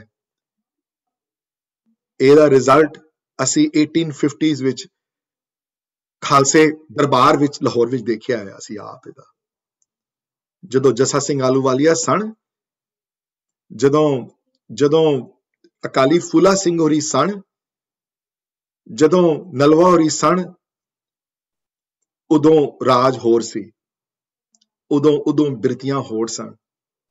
ਤੇ ਜਦੋਂ ਰਾਜ ਉਹਨਾਂ ਕੋਲ ਗਿਆ ਜਿਨ੍ਹਾਂ ਦੇ ਦਰਬਾਰ ਵਿੱਚ ਸ਼ਰਾਬ ਦੇ ਛੰਨੇ ਸਨ ਖਾਲੀ ਤੇ ਨੱਚਣ ਵਾਲੀਆਂ ਔਰਤਾਂ ਜ਼ਿਆਦਾ ਇੰਪੋਰਟੈਂਟ ਬਣ ਗਈਆਂ, ਜਦੋਂ ਤੇ ਰਾਜ ਖੁੱਸਣ ਵਿੱਚ 5 ਸਾਲ ਨਹੀਂ ਲੱਗੇ ਵੀਰ ਜੀ। ਹਾਂਜੀ, ਤੇ ਇਹ ਗੱਲ ਜਿਹੜੀ ਤੁਸੀਂ ਕਹੀ ਹੈ ਇਹ 1,000,000% ਕਰੈਕਟ ਹੈ। ਜਦੋਂ ਤਲਵਾਰ ਕਿਸੇ ਸੰਤ ਦੇ ਹੱਥ ਵਿੱਚ ਗਈ ਹੈ, ਜਦੋਂ ਤਲਵਾਰ ਦਸਮ ਪਿਤਾ ਦੇ ਹੱਥ ਵਿੱਚ ਗਈ ਹੈ, ਜਦੋਂ ਤਲਵਾਰ ਜੱਸਾ ਸਿੰਘ ਆਹਲੂਵਾਲੀਆ ਕੋਲ ਗਈ ਹੈ, ਜਦੋਂ ਤਲਵਾਰ ਸ਼ਹੀਦ ਸਭ ਤੋਂ ਵੱਡੇ ਸ਼ਹੀਦਾਂ ਦੇ ਸਰਤਾਜ ਬਾਬਾ ਦੀਪ ਸਿੰਘ ਹੋਰਾਂ ਕੋਲ ਗਈ ਹੈ, ਉਹ ਤਲਵਾਰ ਦੇ ਮਤਲਬ ਹੋਰ ਹਨ ਉੱਥੇ। ਉਹ ਧਰਮ ਵਾਸਤੇ ਤਲੀ ਹੈ ਤਲਵਾਰ ਉੱਥੇ। ਤੇ ਮਹਾਭਾਰਤ ਦੇ ਯੁੱਧ ਨੂੰ ਦੇਖ ਲਓ, ਉੱਥੇ ਵੀ ਤੇ ਯੁੱਧ ਇਤਨੀ ਵੱਡੀ ਲੜਾਈ ਹੋਈ, ਕਿਸ਼ਨ ਬੈਠੇ ਹਨ ਆਪ ਜੇ ਚਾਹੁੰਦੇ ਤਾਂ ਰੋਕ ਸਕਦੇ ਸਾਂ, ਰੋਕਿਆ ਨਹੀਂ ਉਹਨਾਂ ਨੇ ਕਿਹਾ ਨਹੀਂ, ਖੋਟ ਇਸ ਪਾਸੇ ਹੈ, ਇਸ ਪਾਸੇ ਨਹੀਂ ਹੈ ਖੋਟ, ਧਰਮ ਦਾ ਯੁੱਧ ਹੈ, ਕਰੋ ਤੁਸੀਂ ਇਹ ਕੰਮ, ਸੱਚਾਈ ਤੁਹਾਡੇ ਪਾਸੇ, ਉਸ ਪਾਸੇ ਨਹੀਂ ਹੈ ਸੱਚਾਈ। ਤੇ ਹੁਣ ਵੀ ਧਰਮ ਯੁੱਧ ਹੋਏ ਹਨ, ਬੜੇ ਧਰਮ ਯੁੱਧ ਹੋਏ ਹਨ, ਤੇ ਉਸ ਧਰਮ ਯੁੱਧ ਵਿੱਚ ਅਗਰ ਤੁਸੀਂ ਲੈਫਟ ਸਾਈਡ ਆਫ ਇਕੁਏਸ਼ਨ ਤੇ ਰਾਈਟ ਸਾਈਡ ਆਫ ਤੁਸੀਂ ਜਦੋਂ ਪ੍ਰਮਾਤਮਾ ਵਾਲੀ ਸਾਈਡ ਤੇ ਇਕੁਏਸ਼ਨ ਤੇ ਹੋ ਤੇ ਤਲਵਾਰ ਬਿਲਕੁਲ ਜਾਇਜ਼ ਹੈ, ਪਰ ਜਦੋਂ ਉਹ ਤਲਵਾਰ ਹਿਟਲਰ ਕੋਲ ਜਾਂਦੀ ਹੈ, ਜਦੋਂ ਉਹ ਤਲਵਾਰ, ਮੈਂ ਨਾਂ ਨਹੀਂ ਲੈਂਦੇ ਸਾਰਿਆਂ ਦੇ, ਜਦੋਂ ਉਹ ਤਲਵਾਰ ਔਰੰਗਜ਼ੇਬ ਕੋਲ ਜਾਂਦੀ ਹੈ, ਫਿਰ ਦੇਖੋ ਕੀ ਹੁੰਦਾ, ਫਿਰ 5-5 ਸਾਲ ਦੇ ਬੱਚੇ ਇੰਨੀਆਂ ਚੁਣਵਾਏ ਜਾਂਦੇ ਵੀਰ ਜੀ, ਜਦੋਂ ਗਲਤ ਬੰਦੇ ਕੋਲ ਤਲਵਾਰ ਜਾਂਦੀ ਹੈ, ਫਿਰ ਅਨਰਥ ਹੁੰਦਾ ਦੁਨੀਆ 'ਚ ਬੜਾ, ਹੈ ਨਾ। ਸੋ ਇੱਥੇ ਬੈਰੀ ਮੀਤ ਦੇ ਵਰਡ ਜਿਹੜੇ ਹਨ, ਉੱਥੇ ਬੈਰੀ ਮੀਤ ਨੂੰ ਕਰੈਕਟ ਸਟੈਂਡ ਪੁਆਇੰਟ ਤੋਂ ਲੈਣਾ ਹੈ। ਬੈਰੀ ਮੀਤ it's 9:35 now Pacific time, so it's been 1 hour and 5 minutes. I'm going to stop here for a second and see if somebody else has any question. I'm still not done with this concept. ਹਾਲੇ ਹੋਰ discussion ਬਾਕੀ ਹੈ ਇਸ subject matter ਦੇ ਉੱਤੇ। ਆਸਾ ਦੀ ਵਾਰ ਦੇ ਉੱਤੇ ਵੀ ਸ਼ਲੋਕ ਜਿਹੜਾ ਹੈ, ਮੈਂ I have 15 ਮਿੰਟ ਹੋਰ ਹਨ ਮੇਰੇ ਕੋਲ। Anybody have any questions so far though? How am I feeling? ਵੀਰ ਜੀ, ਤੁਸੀਂ ਦਸਮ ਪਾਤਸ਼ਾਹ ਦੀ ਗੱਲ ਕੀਤੀ ਹੈ, ਤੇ ਆਵਲੀ ਤੁਕ ਜਬ ਲਗ ਜਾਣੇ ਮੁਝ ਤੇ ਕਿਛ ਹੋਏ ਤਬ ਇਸਕੋ ਸੁਖ ਨਾ ਹੀ ਕੋਏ। ਮੈਂ ਸਿਰਫ ਇਹ ਐਡ ਕਰਨਾ ਚਾਹੁੰਦਾ ਸੀਗਾ ਕਿ ਦਸਮ ਪਾਤਸ਼ਾਹ ਕਹਿੰਦੇ ਆ, ਮੈਂ ਹੂੰ ਪਰਮ ਪੁਰਖ ਕੋ ਦਾਸਾ, ਦੇਖਣ ਆਇਓ ਜਗਤ ਤਮਾਸਾ। ਬਿਲਕੁਲ ਬਿਲਕੁਲ। ਜਦੋਂ ਉਹਦੇ ਦਾਸ, ਜਦੋਂ ਫਿਰ ਉਹਨਾਂ ਵਰਗੇ ਦਾਸ ਜਦੋਂ ਉਹ ਤਲਵਾਰ ਜਦੋਂ ਚੁੱਕਦੇ ਨਾ, ਜਦੋਂ, ਤਾਂ ਸਮਝ ਲਓ ਫਿਰ ਅਸੀਂ ਉਹ ਆਸਾ 'ਚ ਇੱਕ ਸ਼ਬਦ ਪੜ੍ਹਦੇ ਹੁੰਦੇ ਹਾਂ, ਮੇਰੀ ਵਨ ਆਫ ਮਾਈ ਫੇਵਰੇਟ ਹੈ ਕਿ ਜੈ ਜੈ ਜਗ ਕਾਰਨ, ਉਹ ਸੰਤ ਉਬਾਰਨ ਵਾਸਤੇ ਹੈ, ਤਾਂ ਉਹ ਜੈ ਜੈਕਾਰ ਹੋਈ ਹੈ ਉਹਦੀ, ਉਸ ਤਲਵਾਰ ਦੀ ਜੈ ਜੈਕਾਰ ਤਾਂ ਹੋਈ ਹੈ ਕਿਉਂਕਿ ਉਹ ਸੰਤ ਉਹ ਰੱਖਿਆ ਕਰਨ ਵਾਸਤੇ ਤਲਵਾਰ ਚੁੱਕੀ ਨੇ, ਉਹ ਗਰੀਬਾਂ ਦੇ ਰੱਖਿਆ ਵਾਸਤੇ ਤਲਵਾਰ ਚੁੱਕੀ ਗਈ, ਉਹ ਚੁੱਕੀ ਗਈ ਮਜ਼ਲੂਮਾਂ ਵਾਸਤੇ ਤਲਵਾਰ ਚੁੱਕੀ ਗਈ। ਉਹ ਤਲਵਾਰ ਚੁੱਕਣੀ ਬਿਲਕੁਲ ਜਾਇਜ਼ ਹੈ, ਤੇ ਉਹ ਹਮੇਸ਼ਾ ਚੁੱਕੀ ਗਈ ਹੈ, ਉਹ ਚੁੱਕੀ ਜਾਣੀ ਹੈ। ਜਦੋਂ ਧਰਮ ਤੇ ਉਹ ਜੇ ਬੰਦੇ ਆਣਗੇ, ਜਦੋਂ ਹੋਏਗਾ, ਤੇ ਕਈ ਵਾਰੀ ਤਲਵਾਰ ਫਿਜ਼ੀਕਲ ਵੀ ਚੁੱਕੀ ਹੈ, ਤੇ ਕਈ ਵਾਰੀ ਤਲਵਾਰ ਅਸੀਂ ਮੈਂਟਲ ਤਲਵਾਰਾਂ ਵੀ ਚੁੱਕੀਆਂ ਬੜੀਆਂ। ਉਹ ਅਕਾਲੀ ਲਹਿਰ ਵਿੱਚ ਦੇਖ ਲਓ, ਉਹ ਵੀ ਤਲਵਾਰਾਂ ਚੁੱਕੀਆਂ। ਜਦੋਂ 7-7 ਫੁੱਟ ਦੇ ਮਾਲਵਾ ਤੋਂ ਜਵਾਨ ਆ ਕੇ ਖੜੇ ਹੋ ਗਏ ਹਨ, ਮੋਰਚੇ ਲੱਗੇ ਹਨ, ਜਦੋਂ ਚਾਹੇ ਮੋਰਚਾ ਗੁਰੂ ਕਾ ਬਾਗ ਦਾ ਹੋਵੇ, ਚਾਹੇ ਮੋਰਚਾ ਲੱਗਿਆ ਹੋਵੇ ਕਿਧਰੇ ਹੋਰ ਮੋਰਚਾ ਲੱਗਿਆ ਹੋਵੇ, ਅਗਲਿਆਂ ਨੇ ਡੰਡੇ ਸਿਰ ਤੇ ਖਾਧੇ ਨੇ, ਅਗਲਿਆਂ ਨੇ ਚੂੰ ਨਹੀਂ ਕੀਤੀ, ਕਈ ਉਹ ਵੀ ਲੱਗੇ ਨੇ। ਤੇ ਕਈ ਜਗ੍ਹਾ ਵੱਡੇ ਘੱਲੂਘਾਰੇ ਤੋਂ ਬਾਅਦ ਅਬਦਾਲੀ ਨਾਲ ਵੀ ਮੋਰਚੇ ਖੜੇ ਅਸੀਂ ਫਤਿਹ ਕੀਤੇ ਹਨ ਬੜੇ, ਉਹ ਤਲਵਾਰ ਦੇ ਸਰ ਤੇ ਖੜੇ ਕੀਤੇ ਹਨ, ਨਹੀਂ ਰਹਿਣ ਦਿੱਤਾ ਪੰਜਾਬ ਚ ਉਸਨੂੰ ਅੰਦਰ। ਸੋ ਲੇਕਿਨ ਇਹ ਆਂਦੀ ਸ਼ਕਤੀ ਉਹੀ ਹੈ ਉਹਨਾਂ ਵਿੱਚ ਜਿਹੜੇ ਧਰਮ ਦੀ, ਜਿਹੜੇ ਅੰਦਰੋਂ ਜਿਨ੍ਹਾਂ ਦੇ ਅੰਦਰ ਸਿਮਰਨ ਦੀ ਰੋਹ ਪੂਰੀ ਹੋਵੇ, ਜਿਨ੍ਹਾਂ ਦੇ ਅੰਦਰ ਪਰਮਾਤਮਾ ਦੀ ਰੋਹ ਪੂਰੀ ਹੋਵੇ, ਉਹਨਾਂ ਦੇ ਅੰਦਰ ਜਦੋਂ ਸੰਤ ਤਲਵਾਰ ਚੁੱਕਦੇ ਹਨ ਤੇ ਫਿਰ ਇਹੋ ਜਿਹੀ ਰੋਹ ਪੈਦਾ ਹੁੰਦੀ ਹੈ। ਹਾਂਜੀ, anybody else has any question on haumai so far though? ਇਹ ਜਿਹੜੀ ਬਹੁਤ ਵੱਡੀ ਜਿਹੜਾ ਰੋਗ ਹੈ, ਜਿਹੜਾ ਡਿਜ਼ੀਜ਼ ਹੈ, ਜਿਹੜਾ ਸਪਿਰਿਚੁਅਲ ਡਿਜ਼ੀਜ਼ ਹੈ, ਜਿਹੜਾ ਪਰਮਾਤਮਾ ਨੂੰ ਮਿਲਣ ਨਹੀਂ ਦਿੰਦਾ, ਕਿਉਂਕਿ ਆਪਣੇ ਅਹਿਸਾਸ ਨੂੰ ਵੱਡਾ ਗਿਣਾਉਂਦਾ ਜਦੋਂ, ਤੇ ਆਪਣਾ ਅਹਿਸਾਸ ਜਦੋਂ ਵੱਡਾ ਗਿਣਾਉਂਦਾ ਕਿ ਮੈਂ ਕਰਾਉਣ ਵਾਲਾ ਹਾਂ, ਮੈਂ ਕਰਨ ਵਿੱਚ ਸਮਰੱਥ ਹਾਂ, ਤੇ ਇੱਕ ਸ਼ੁੱਧ ਹੋਂ ਹੈ ਜਿਹੜੀ ਚਾਹੀਦੀ ਹੈ, ਉਹ ਵੀ ਨਹੀਂ ਖੋਣੀ ਅਸੀਂ। ਤਾਂ ਹੀ ਮੈਂ ਉਹ ਹੋਂ ਜਿਹੜੀ ਹੈ ਸ਼ੁੱਧ, ਉਹ ਪ੍ਰਮਾਤਮਾ ਦੇ ਹੁਕਮ ਤੋਂ ਆਈ ਹੈ ਤੁਹਾਡੇ ਵਿੱਚ, ਉਹ ਸ਼ੁੱਧ ਹੋਂ ਤੁਹਾਨੂੰ ਦਿੱਤੀ ਗਈ ਹੈ ਤੁਹਾਨੂੰ, ਉਹ ਲੇਕਿਨ ਉਸ ਹੋਂ ਨੂੰ ਵਧਾਇਆ ਅਸੀਂ ਨਹੀਂ ਵਧਾਇਆ, ਸਾਡੇ ਸਮਾਜ ਨੇ ਵਧਾਇਆ, ਸਾਨੂੰ ਬਾਰ-ਬਾਰ ਫੂਕ ਦਿੱਤੀ ਗਈ। ਜੇ ਬਚਪਨ ਤੋਂ ਬੱਚੇ ਨੂੰ ਇਹ ਸਿਖਾਇਆ ਜਾਏ ਤੁਸੀਂ ਕਰਨ ਕਰਾਉਣ ਵਾਲੇ ਨਹੀਂ ਹੋ ਬੱਚਾ ਜੀ, ਤੁਸੀਂ ਪ੍ਰਮਾਤਮਾ ਕਰਨ ਕਰਾਉਣ ਵਾਲੇ ਹੈ, ਪ੍ਰਮਾਤਮਾ ਦੇਣ ਵਾਲੇ ਹਨ ਸੁੱਖ ਦੁੱਖ, ਉਹ ਸਭ ਕੁਝ ਦੇਣ ਵਾਲੇ ਹਨ, ਤੁਸੀਂ ਸੁੱਖ ਦੁੱਖ ਦੇ ਦੇਣ ਵਾਲੇ ਨਹੀਂ ਹੋ, ਤੁਸੀਂ ਕਰਨ ਕਰਾਉਣ ਵਾਲੇ ਨਹੀਂ ਹੋ, ਉਹ ਦੇਣ ਵਾਲਾ ਹੈ ਦਿਮਾਗ, ਉਹ ਕਰਨ ਕਰਾਉਣ ਵਾਲਾ ਹੈ, ਤੇ ਹੋ ਸਕਦਾ ਹੈ ਉਸ ਬੰਦੇ ਦੀ ਹੋਣਾ ਵੱਧਦੀ ਉਤਨੀ। ਹਾਂਜੀ, I'm going to wait 1 or 2 more minutes though, 1 minute more, 30 seconds to see if anybody else has any questions though. Otherwise, it's 9:39. I have 5 or 6 more minutes, so I'm going to touch upon the Asa Divar, the shlok, but I'll see if anybody has any questions or so. That's good. Sab nu samajh aa gayi hai. Somebody unmuted though right now. Nahi, there's I no have question. a question, ਵੀਰ ਜੀ। ਹਾਂਜੀ ਜੀ ਬੜਾ personal ਜਿਹਾ ਮੇਰਾ ਬੱਚਾ ਛੋਟਾ ਜਿਹਾ India ਤੋਂ ਆਇਆ ਸੀ, ਚੌਥੀ ਕਲਾਸ ਜਦੋਂ ਗਿਆ, ਪੰਜਵੀਂ ਚ ਉਹਨੇ ਬਾਇਓ ਸਾਇੰਸ ਵਗੈਰਾ ਸਿੱਖੀ, ਤੇ ਮੈਂ ਉਹਨੂੰ ਕਿਹਾ ਬੇਟੇ ਤੇਰਾ ਪਰਮਾਤਮਾ ਨੇ ਤੈਨੂੰ ਜਨਮ ਦਿੱਤਾ ਹੈ ਨਾ, ਇਹ ਪਰਮਾਤਮਾ ਦੀ ਹੈ ਸਾਰੀ ਰਜ਼ਾ ਵਿੱਚ ਅਸੀਂ ਸਾਰੇ ਪੈਦਾ। ਕਹਿੰਦਾ no mum you are lying, I learned in the class that you and papa made me. ਕਿੰਨੇ ਸਾਲ ਦਾ ਹੈ ਵੀਰ ਜੀ? ਉਹਨੇ ਉਦੋਂ ਦੀ ਗੱਲ, ਪੁਰਾਣੀ ਗੱਲ ਕਰ ਰਹੀ ਆ। ਨਹੀਂ ਕਿੰਨੇ ਸਾਲ ਦਾ ਸੀ ਜਦੋਂ ਤੁਸੀਂ ਗੱਲ ਕੀਤੀ? 10 ਸਾਲ ਦਾ ਸੀ। Yeah, Hale, I think instead of teaching him that stuff, though, I would teach him something. Hale, mentally, bande hale, क्योंकि उन्हों देखो परमात्मा ਨੂੰ ਪ੍ਰੇਰਣ ਵਾਸਤੇ ਪਹਿਲੇ ਜਿਹੜੇ ਗੁਣ ਜਿਹੜੇ ਇੰਪੋਰਟੈਂਟ ਜਿਹੜੇ ਹਨ ਨਾ ਜ਼ਿੰਦਗੀ ਜੀ, ਉਹਨਾਂ ਗੁਣਾਂ ਤੇ ਬੰਦਾ ਫੋਕਸ ਕਰੇ, ਹੈ ਨਾ। ਜਪਜੀ ਵਰਗੀ ਬਾਣੀ, ਇਹ ਜਿਹੜੇ ਕਨਸੈਪਟ ਹਨ ਹੋਮੇ ਵਾਲੇ, ਇਹ ਬੜੇ ਸੀਰੀਅਸ ਔਰ ਬਹੁਤ ਮੈਚੁਰ ਹਨ ਕਨਸੈਪਟਸ ਵਾਲੇ। ਸੋ ਮੈਂ ਜਦੋਂ ਈਵਨ ਇੱਥੇ ਵੀ ਜਦੋਂ ਗੁਰਦੁਆਰੇ ਵੀ ਕਲਾਸਿਸ ਜਦੋਂ ਹੁੰਦੀਆਂ, ਮੈਂ ਚੰਨੀ ਦੀਦੀ ਸ਼ੀ ਇਜ਼ ਅ ਪ੍ਰਿੰਸੀਪਲ, ਮੈਂ ਹਮੇਸ਼ਾ ਇਨਕਰੇਜ ਕਰਦਾ ਹੁੰਦਾ ਕਿ ਉਹਨਾਂ ਜਿਹੜੇ ਬਿਟਵੀਨ ਈਅਰਸ ਆਫ 5 ਈਅਰ ਤੋਂ ਲੈ ਕੇ 12-13 ਸਾਲ 14 ਸਾਲ ਦੀ ਉਮਰ ਤੱਕ ਫੋਕਸ ਹੋਣਾ ਚਾਹੀਦਾ ਹੈ ਕਿ ਕਿਹੜੇ ਗੁਣ ਇੰਪੋਰਟੈਂਟ ਹਨ। ਨਿਮਰਤਾ ਸਿਖਾਈ ਜਾਏ, ਸੇਵਾ ਸਿਖਾਈ ਜਾਏ, ਖਿਮਾ ਵਾਲਾ ਗੁਣ ਸਿਖਾਇਆ ਜਾਏ, ਕਰੁਣਾ ਕੀ ਹੈ ਸਿਖਾਈ ਜਾਏ, ਓਨੈਸਟੀ ਕੀ ਹੈ ਸਿਖਾਈ ਜਾਏ।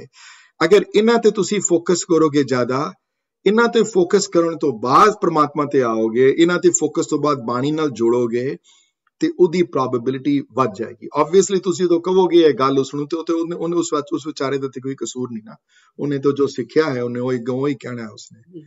ਪਰ ਹੌਲੀ ਹੌਲੀ ਜਾ ਕੇ, ਸੋ ਸਟੇਜਸ ਹੈ ਨਾ ਹਰ ਇੱਕ ਦੀ ਲਾਈਫ ਦੀਆਂ, ਤੇ ਬਹੁਤ ਛੋਟੇ ਬੱਚੇ ਨੂੰ ਬਹੁਤ ਜਿਹੜੀ ਹਾਲੇ ਸਪਿਰਿਚੁਅਲੀ ਬਿਲਕੁਲ ਜਿਹੜਾ ਇਨਕਲਾਈਨ ਨਾ ਹੋਵੇ, ਜਾਂ ਤੇ ਕਈ ਬੱਚੇ ਹੁੰਦੇ ਹਨ ਮਾਪਿਓ ਬਹੁਤ ਸ਼ੁਰੂ ਤੋਂ ਹੀ ਬੜੇ ਸਪਿਰਿਚੁਅਲੀ ਇਨਕਲਾਈਨਡ ਹੋ ਜਾਂਦੇ ਨੇ, ਉਹ ਵੀ ਆਉਂਦੇ ਨੇ ਕਈ ਕਲਾਸ, ਉਹਨਾਂ ਦੇ ਥੋੜਾ ਈਜ਼ੀਅਰ ਹੈ।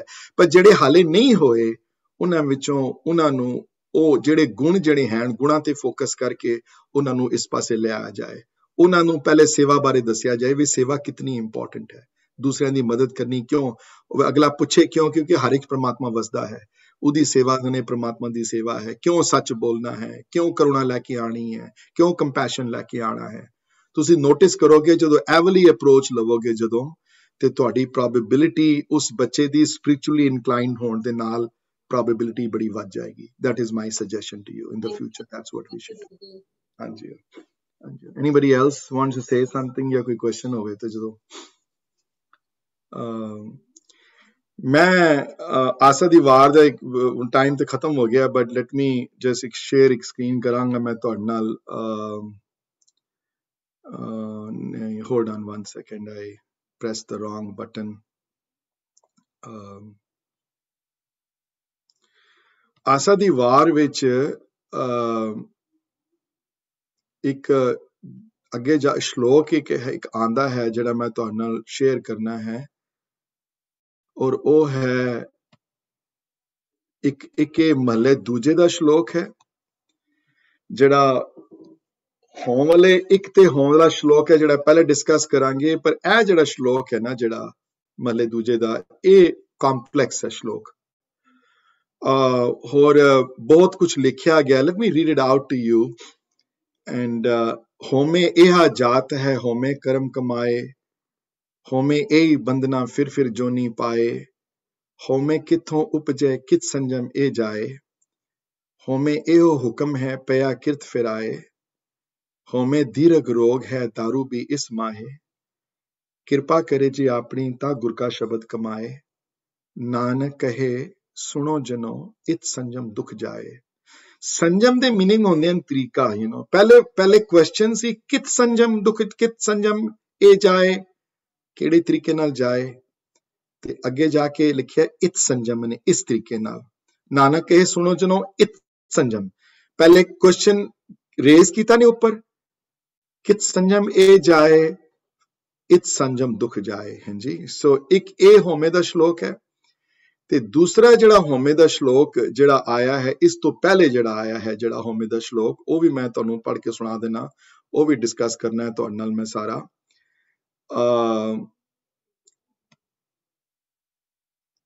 ਤੇ ਉਹ ਤੁਸੀਂ ਮੈਨੂੰ, I am not good in this technical stuff, I get lost sometime, but let me stop sharing this and Mirji, start. before you go to the next one, I quickly want to ask, ਇਹ ਜਿਹੜਾ it ਦਾ ਜਿਹੜਾ ਹੈਗਾ ਉੱਥੇ ਇਸ਼ਾਰਾ ਉਹ ਕਿਸ ਤਰਫ ਹੈਗਾ? Like what is being indicated there ਕਿ it ਸੰਜਮ?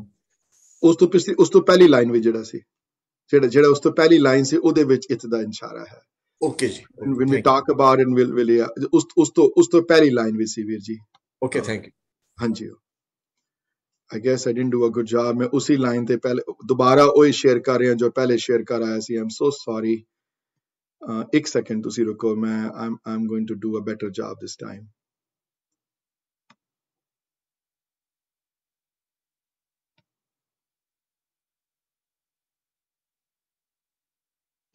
Sorry, मैनू ज़्यादा टाइम लगदा पिया है। ते ये जिहड़ा होमे दा श्लोक है ये महले पहले दा है। होम विच आया होम विच गया तो लैके ਇਹਦੀ ਐਂਡਿੰਗ ਜਿਹੜੀ ਹੈ ਇਹਦੀ ਐਂਡਿੰਗ ਹੁੰਦੀ ਹੈ।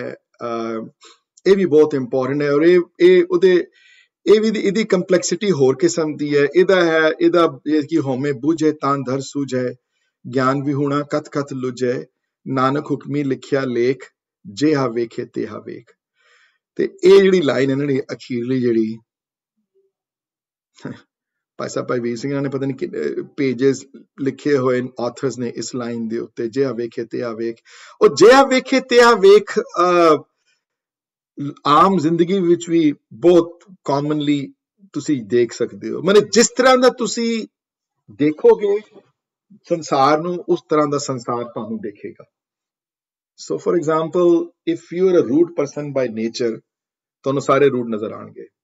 ਕਿ ਇਹ ਵੇਟਰ ਬੜਾ ਰੂਡ ਹੈ, ਤੁਸੀਂ ਆਪੇ ਹੀ ਰੂਡ ਹੋ, ਤੁਸੀਂ ਆਪੇ ਠੀਕ ਨਾਲ ਗੱਲ ਨਹੀਂ ਕੀਤੀ। ਤੇ ਉਹ ਅਗਰ ਵੇਟਰ ਰੂਡ ਵੀ ਹੋਏਗਾ ਨਾ, ਅਗਰ ਤੁਸੀਂ ਨਿਮਰਤਾ ਨਾਲ ਗੱਲ ਕਰੋਗੇ ਤੇ ਪ੍ਰੋਬੇਬਿਲਿਟੀ ਹੈ ਕਿ ਉਹ ਵੀ ਥੋੜਾ ਨਿਮਜ ਆ ਜਾਏ ਥੱਲੇ। ਉਹ ਵੀ ਯਾਰ ਕਹੇਗਾ ਇਹ ਬੜੀ ਪਿਆਰ ਨਾਲ ਬੁਲਾਇਆ ਤੇ ਅਗਰ ਮੈਂ ਰੂਡ ਵੀ ਹਾਂ ਤੇ ਮੈਂ ਲੈਵਲ ਆਫ 1 to 10 ਤੇ ਇੰਨੀ ਰੂਡਨੈਸ ਨਾ ਦਿਖਾਵਾਂ ਇਹਦੇ ਨਾਲ ਮੈਂ। ਲੇਕਿਨ ਇਹ ਜਿਹੜਾ ਸ਼ਲੋਕ ਜਿਹੜਾ ਹੈ ਨਾ ਹੋਮ ਵਿੱਚ ਆਇਆ ਹੋਮ ਵਿੱਚ ਗਿਆ, ਇਹ ਮੈਂ ਸਟਾਰਟਿੰਗ ਦੀਆਂ 2 ਲਾਈਨਾਂ ਲੈਟ ਮੀ ਜਸਟ ਇੱਥੇ ਜਿਹੜੇ ਹੋਣ ਦੇ ਬਾਰੇ ਗੱਲ ਹੋ ਰਹੀ ਹੈ ਨਾ, ਇਹ ਜਿਹੜਾ ਹੋਣ ਜਿਹੜਾ ਵਰਡ ਆਇਆ ਇੱਥੇ ਇਹ ਹੋਣ ਨੈਗੇਟਿਵ ਵਾਲਾ ਹੋਂ ਹੈ, ਇਹ ਸ਼ੁੱਧ ਹੋਣ ਬਾਰੇ ਗੱਲ ਨਹੀਂ ਆਈ ਇੱਥੇ। ਹੋਮ ਵਿੱਚ ਆਇਆ ਹੋਮ ਵਿੱਚ ਗਿਆ ਮਤਲਬ ਡਾਇਕੋਟਮੀ ਦਿਖਾਈ ਹੈ ਕਿ ਆਪਣੇ ਆਪ ਨੂੰ ਤੁਸੀਂ ਹਮੇਸ਼ਾ ਹੀ ਅਲੱਗ ਸਮਝਿਆ। ਆਇਆ ਤੇ ਹੋਮੇ ਵਿੱਚ ਸੀ, ਆਇਆ ਜਦੋਂ ਤੇ ਹੋਂ ਦੀ ਫੀਲਿੰਗ ਲੈ ਕੇ ਆਇਆ ਤੇ ਸਿਆਣਾ ਹੁੰਦਾ ਤੇ ਉਸ ਹੋਂ ਦੀ ਫੀਲਿੰਗ ਨੂੰ ਘੱਟ ਰੱਖ ਕੇ ਪ੍ਰਮਾਤਮਾ ਨੂੰ ਸਮਝ ਲੈਂਦਾ। ਲੇਕਿਨ ਅਨਫੋਰਚੂਨਟਲੀ ਤੋਂ ਜਾਂਦਾ ਹੈ ਇੱਥੋਂ ਤਾਂ ਵੀ ਸਮਝਦਾ ਕਿ ਮੈਂ ਜਾ ਰਿਹਾ, ਮੈਂ ਮਰ ਰਿਹਾ। ਤੇ ਇਸ ਬੇਵਕੂਫ ਨੂੰ ਇਹ ਗੱਲ ਸਮਝ ਨਹੀਂ ਆਉਂਦੀ, ਇਸ ਮੂਰਖ ਨੂੰ, ਕਿ ਤੂੰ ਤੇ ਕਦੀ ਮਰ ਸਕਦਾ ਹੀ ਨਹੀਂ। ਆਤਮਾ ਤੇਰੇ ਅੰਦਰ ਜਿਹੜੀ ਬੈਠੀ ਹੋਈ ਹੈ, ਤੇਰਾ ਸਰੀਰ ਨੇ ਤੇ ਮੁੱਕ ਜਾਣਾ ਹੈ ਲੇਕਿਨ ਉਹ ਤੇ ਤੂੰ ਹੈ ਨਹੀਂ। ਦੇਖੋ ਸਰੀਰ ਤੁਸੀਂ ਨਹੀਂ ਹੋ। ਫॉर एग्जांपल ਕਿਸੇ ਦਾ ਨਾਂ ਰਾਮ ਸਿੰਘ ਹੋਵੇ ਤੇ ਰਾਮ ਸਿੰਘ ਉਹਦਾ ਨਾਂ ਹੈ ਉਸ ਸਰੀਰ ਦਾ, ਪਰ ਸਰੀਰ ਰਾਮ ਸਿੰਘ ਨਹੀਂ ਹੈ। ਕਿਉਂਕਿ ਜੇ ਸਰੀਰ ਰਾਮ ਸਿੰਘ ਹੁੰਦਾ ਤੇ ਅਗਰ ਰਾਮ ਸਿੰਘ ਦੀ ਡੈਥ ਹੋ ਜਾਵੇ ਤੇ ਉਹਦੀ ਡੈਡ ਬਾਡੀ ਪਈ ਹੋਵੇ ਤੇ ਉਹ ਕੋਈ ਕਹੇਗਾ ਕਿ ਰਾਮ ਸਿੰਘ ਇੱਥੇ ਬੈਠਾ ਹੋਇਆ ਹੈ, ਕਹੇਗਾ ਨਹੀਂ ਇਹ ਡੈਡ ਬਾਡੀ ਹੈ। ਕੋਈ ਨਹੀਂ ਕਹਿੰਦਾ ਇਹ ਰਾਮ ਸਿੰਘ ਹੈ। ਉਹ ਰਾਮ ਸਿੰਘ ਕਿੱਥੇ ਗਿਆ? ਰਾਮ ਸਿੰਘ ਚਲਾ ਗਿਆ। ਹਾਂ, ਰਾਮ ਸਿੰਘ ਦੀ ਡੈਡ ਬਾਡੀ ਪਈ ਹੋਈ ਹੈ ਇੱਥੇ। ਉਹ ਰਾਮ ਸਿੰਘ ਕਿੱਥੇ ਗਿਆ? ਰਾਮ ਸਿੰਘ ਨਜ਼ਰ ਨਹੀਂ ਆ ਰਹੇ। ਕੋਈ ਰਾਮ ਸਿੰਘ ਚਲੇ ਗਏ ਨੇ, ਇੱਥੋਂ ਨਹੀਂ ਹਨ ਇੱਥੇ। ਕਿੱਥੇ ਗਏ? ਉਹ ਕਹਿੰਦੇ ਉਹ ਚਲੇ ਗਏ, ਬਸ ਹੈ ਹੀ ਨਹੀਂ ਇੱਥੇ ਹੁਣ। ਤੇ ਕਹਿੰਦੇ ਨੇ ਰਾਮ ਸਿੰਘ ਤੇ ਇੱਥੇ ਹੀ ਹੈ, ਦੇਖੋ ਅੱਖਾਂ ਨਜ਼ਰ ਆ ਰਹੀਆਂ ਨੇ, ਇਹਦੇ ਹੱਥ ਪੈਰ ਨਜ਼ਰ ਆ ਰਹੇ ਨੇ ਮੇਰੇ।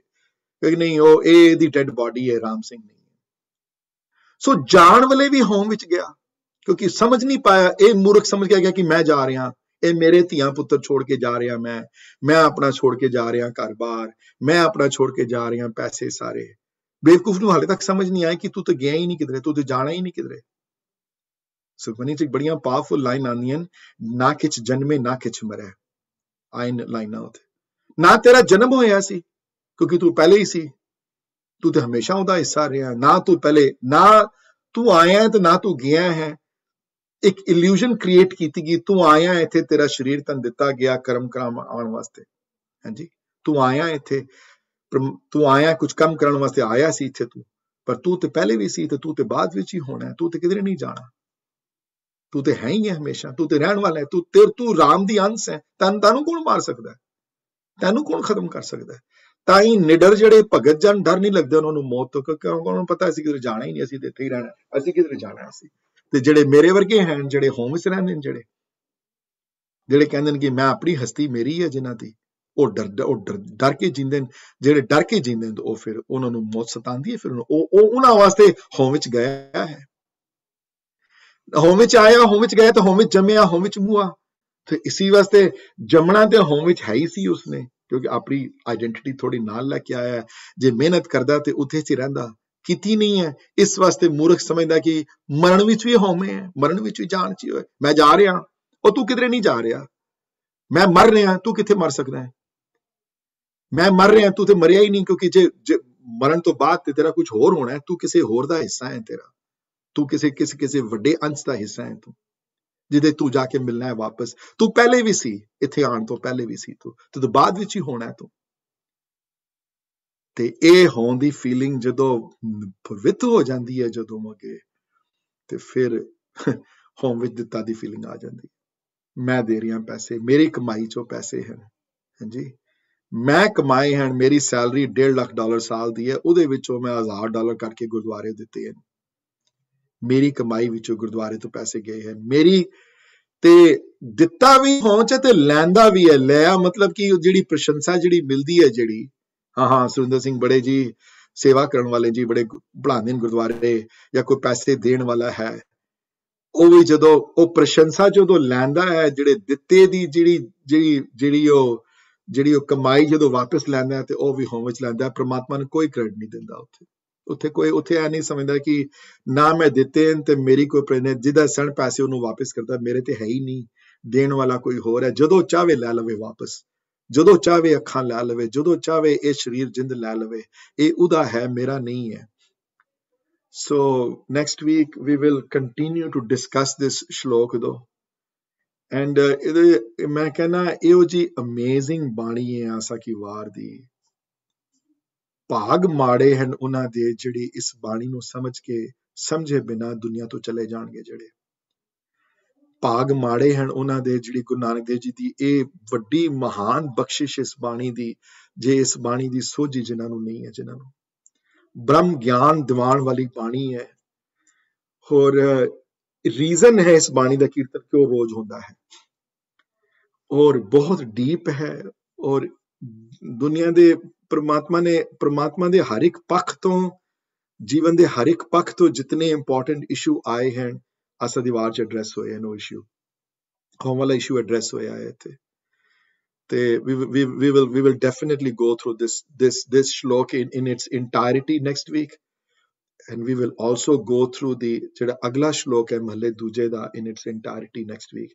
And after I go through these two though, I think ਤੁਹਾਡੀ ਵਿਜ਼ਨ ਹੋਮੇ ਬਾਰੇ ਹੋਪਫੁਲੀ ਫੌਗੀਨੈਸ ਜਿਹੜੀ ਹੈ ਸਾਰੀ ਚਲੀ ਜਾਏਗੀ। ਮੇਰੇ ਖਿਆਲ ਨਾਲ ਮੇਰੀ ਅਰਦਾਸ ਹੈ ਕਿ ਫੌਗੀਨੈਸ, ਜਿਨ੍ਹਾਂ ਨੇ ਧਿਆਨ ਨਾਲ ਸੁਣਿਆ ਅੱਜ ਸਾਰਾ ਕੁਝ, ਮੇਰੇ ਖਿਆਲ ਹੈ ਹੋਂ ਦਾ ਇਸ਼ੂ ਜਿਹੜਾ ਹੈ ਤੁਹਾਡੇ ਦਿਮਾਗ 'ਚ ਹੁਣ ਪਤਾ ਨਹੀਂ ਕਿਤਨੀ ਦੇਰ ਰਹਿੰਦਾ ਤੁਹਾਡੇ 'ਚ, ਉਹ ਮੈਂ ਗਾਰੰਟੀ ਨਹੀਂ ਕਰ ਸਕਦਾ।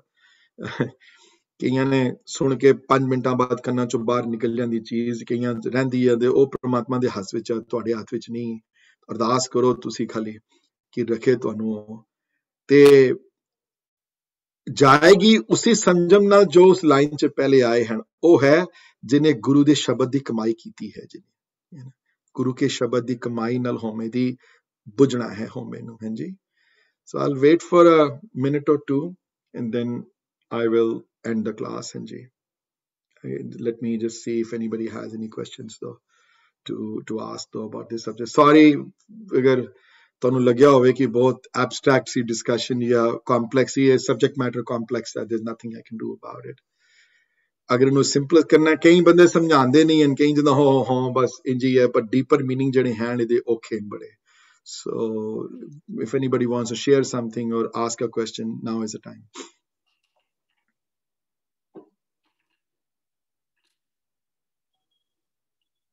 Oh, good. ਸਾਰਾ ਨੂੰ crystal clear ਹੈ ਸਾਰਾ ਕੁਝ, that's good. I'm very happy to hear that. ਅਗਰ ਕੋਈ question ਹੋਵੇ ਬਾਅਦ ਵਿੱਚ, you can privately reach out to me also. ਅਗਲੇ ਹਫਤੇ question ਪੁੱਛ ਲੈਣਾ। ਪਰ ਜੇ ਦੋ concept ਦੇ ਮਤਲਬ ਸਮਝ ਆ ਗਏ ਨਾ, ਹੁਕਮ ਤੇ ਹੋਮੇ, ਤੇ ਸਮਝ ਲਓ ਅਸੀਂ ਬਹੁਤ ਵੱਡਾ ਮੈਦਾਨ ਮਾਰ ਲਿੱਤਾ। ਫਿਰ ਅਸੀਂ ਬਹੁਤ ਵੱਡੀ ਇੱਕ ਜਿੱਤ ਹੈ, ਬਹੁਤ ਵੱਡੀ, क्योंकि अगर उन्हें नॉलेज जित है मतलब जे उत्ते अगर उत्ते फोकस नहीं किया तो फिर तो उत्थे है काम। बट एटलीस्ट इन्हां दोनों की सोझी आ जानी बहुत इंपॉर्टेंट है, फ्रॉम अ स्पिरिचुअल एंगल तो बहुत क्रिटिकल है वो चीज। और एक कांस्टेंट स्ट्रगल है बाय द वे, ये कोई एक दिन की स्ट्रगल नहीं है। इस गल दा जान रहे हो दिन च अगर 8 घंटे होने जो तुम जाग रहे हो तो 8 घंटे विच लेवल ऑफ होमे इज बिटवीन 1 and 9 दे विचकार। कई बारी बंदा 7 ते होंदा है, कई बारी 8 ते होंदा है, कई बारी 4 ते होंदा है। हुण क्लास खत्म हुई है तो मे बी 2 ते आ जाए। लेकिन दिन विच बड़ी बारी जो मन च तुहाडे ख्याल आए ना कि मैं कुछ कर रहा या मेरी वजह नाल कुछ हो रहा है या मैं कुछ करन समर्थ हाँ, स्पेशली चंगियां चीजां जिहड़ियां हैं। अगर माड़ियां चीजां सोच रहे हो तो तुसी ऑलरेडी हुक्म तो बाहर हो, ये याद रखना मेरी गल। तुसी ऑलरेडी हुक्म च नहीं हो। जे किते मन च बुरा ख्याल आ गया, किसी दे मन च बुरा चितविया तुसी कोई कोई कोई तो तुसी already upper tier of peel off हुक्म तो बाहर हो। तुसी मैं उस बंदे की गल नहीं कर रहा, हाँ जी, वो ऑलरेडी हुक्म के दायरे तो बाहर है। मैं उस बंदे की गल करता पिया जिहड़ा चंगा है, जिहड़ा नेक है, जिहड़ा ते अपने आप नूं कदी छोटियां छोटियां गल्लां तो अपने आप नूं निवारन की कोशिश करो कि नहीं मैं उस वड्डे सिस्टम का हिस्सा हाँ, चलिया चलाया हाँ मैं। हे मेरे दाता मेरे ते कृपा करो, मेरे गुण अवगुण विचारो ना तुसी। मैं नहीं है समर्थ करने वाला, मैं नहीं है तुहानूं भजन वाला बंदगी वाला, मैं तुहाडे गुण गायन नहीं कर सकता, मैं होमे नूं समझण दे समर्थ नहीं हाँ। तुसी कृपा करो मेरे ते, गुरु के शब्द की कमाई मेरे हिरदे च कराओ। तुसी मेरे ते कृपालु हो जाओ, तुसी मेरे ते टुट जाओ, तुसी मेरे ते खुश हो जाओ। दसो मैं की करा तुहानूं खुश करन वास्ते।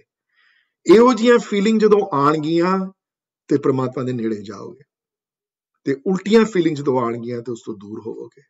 जे दुख लैणे हैं ते फिर जिन्ना दूर होवोगे उतने दुख आणगे, ते जे सुख लैणे हैं, इस जिंदगी नूं सुखाला करना है, इस जिंदगी विच खेड़ा लैके आना है, इस जिंदगी नूं सक्सेस देनी है, फिर हों दी ऑपोजिट वाली थिंकिंग ना सोचोगे। ये जपजी दी ये सेकंड पौड़ी दा सार है जी, जपजी दी सेकंड पौड़ी दा। हुण अंदाजा तुहानूं लग रहा होएगा कि जपजी दी गहराइयां दा, जपजी दी डेप्थ दा क्यों इसनूं आण धर्मां वालियां ने ज्यादा ध्यान नाल सुनिया ते पेखिया साडे नालों। सो वाहिगुरू जी का खालसा, वाहिगुरू जी की फतेह everybody. I'm going to stay here for another minute or so, then I'm going to go ji. Thank you so much uncle ji. No problem. Thank you My Veer ji, pleasure. it was beautiful, very well explained Veer ji, बहुत ही अच्छा। Thank you.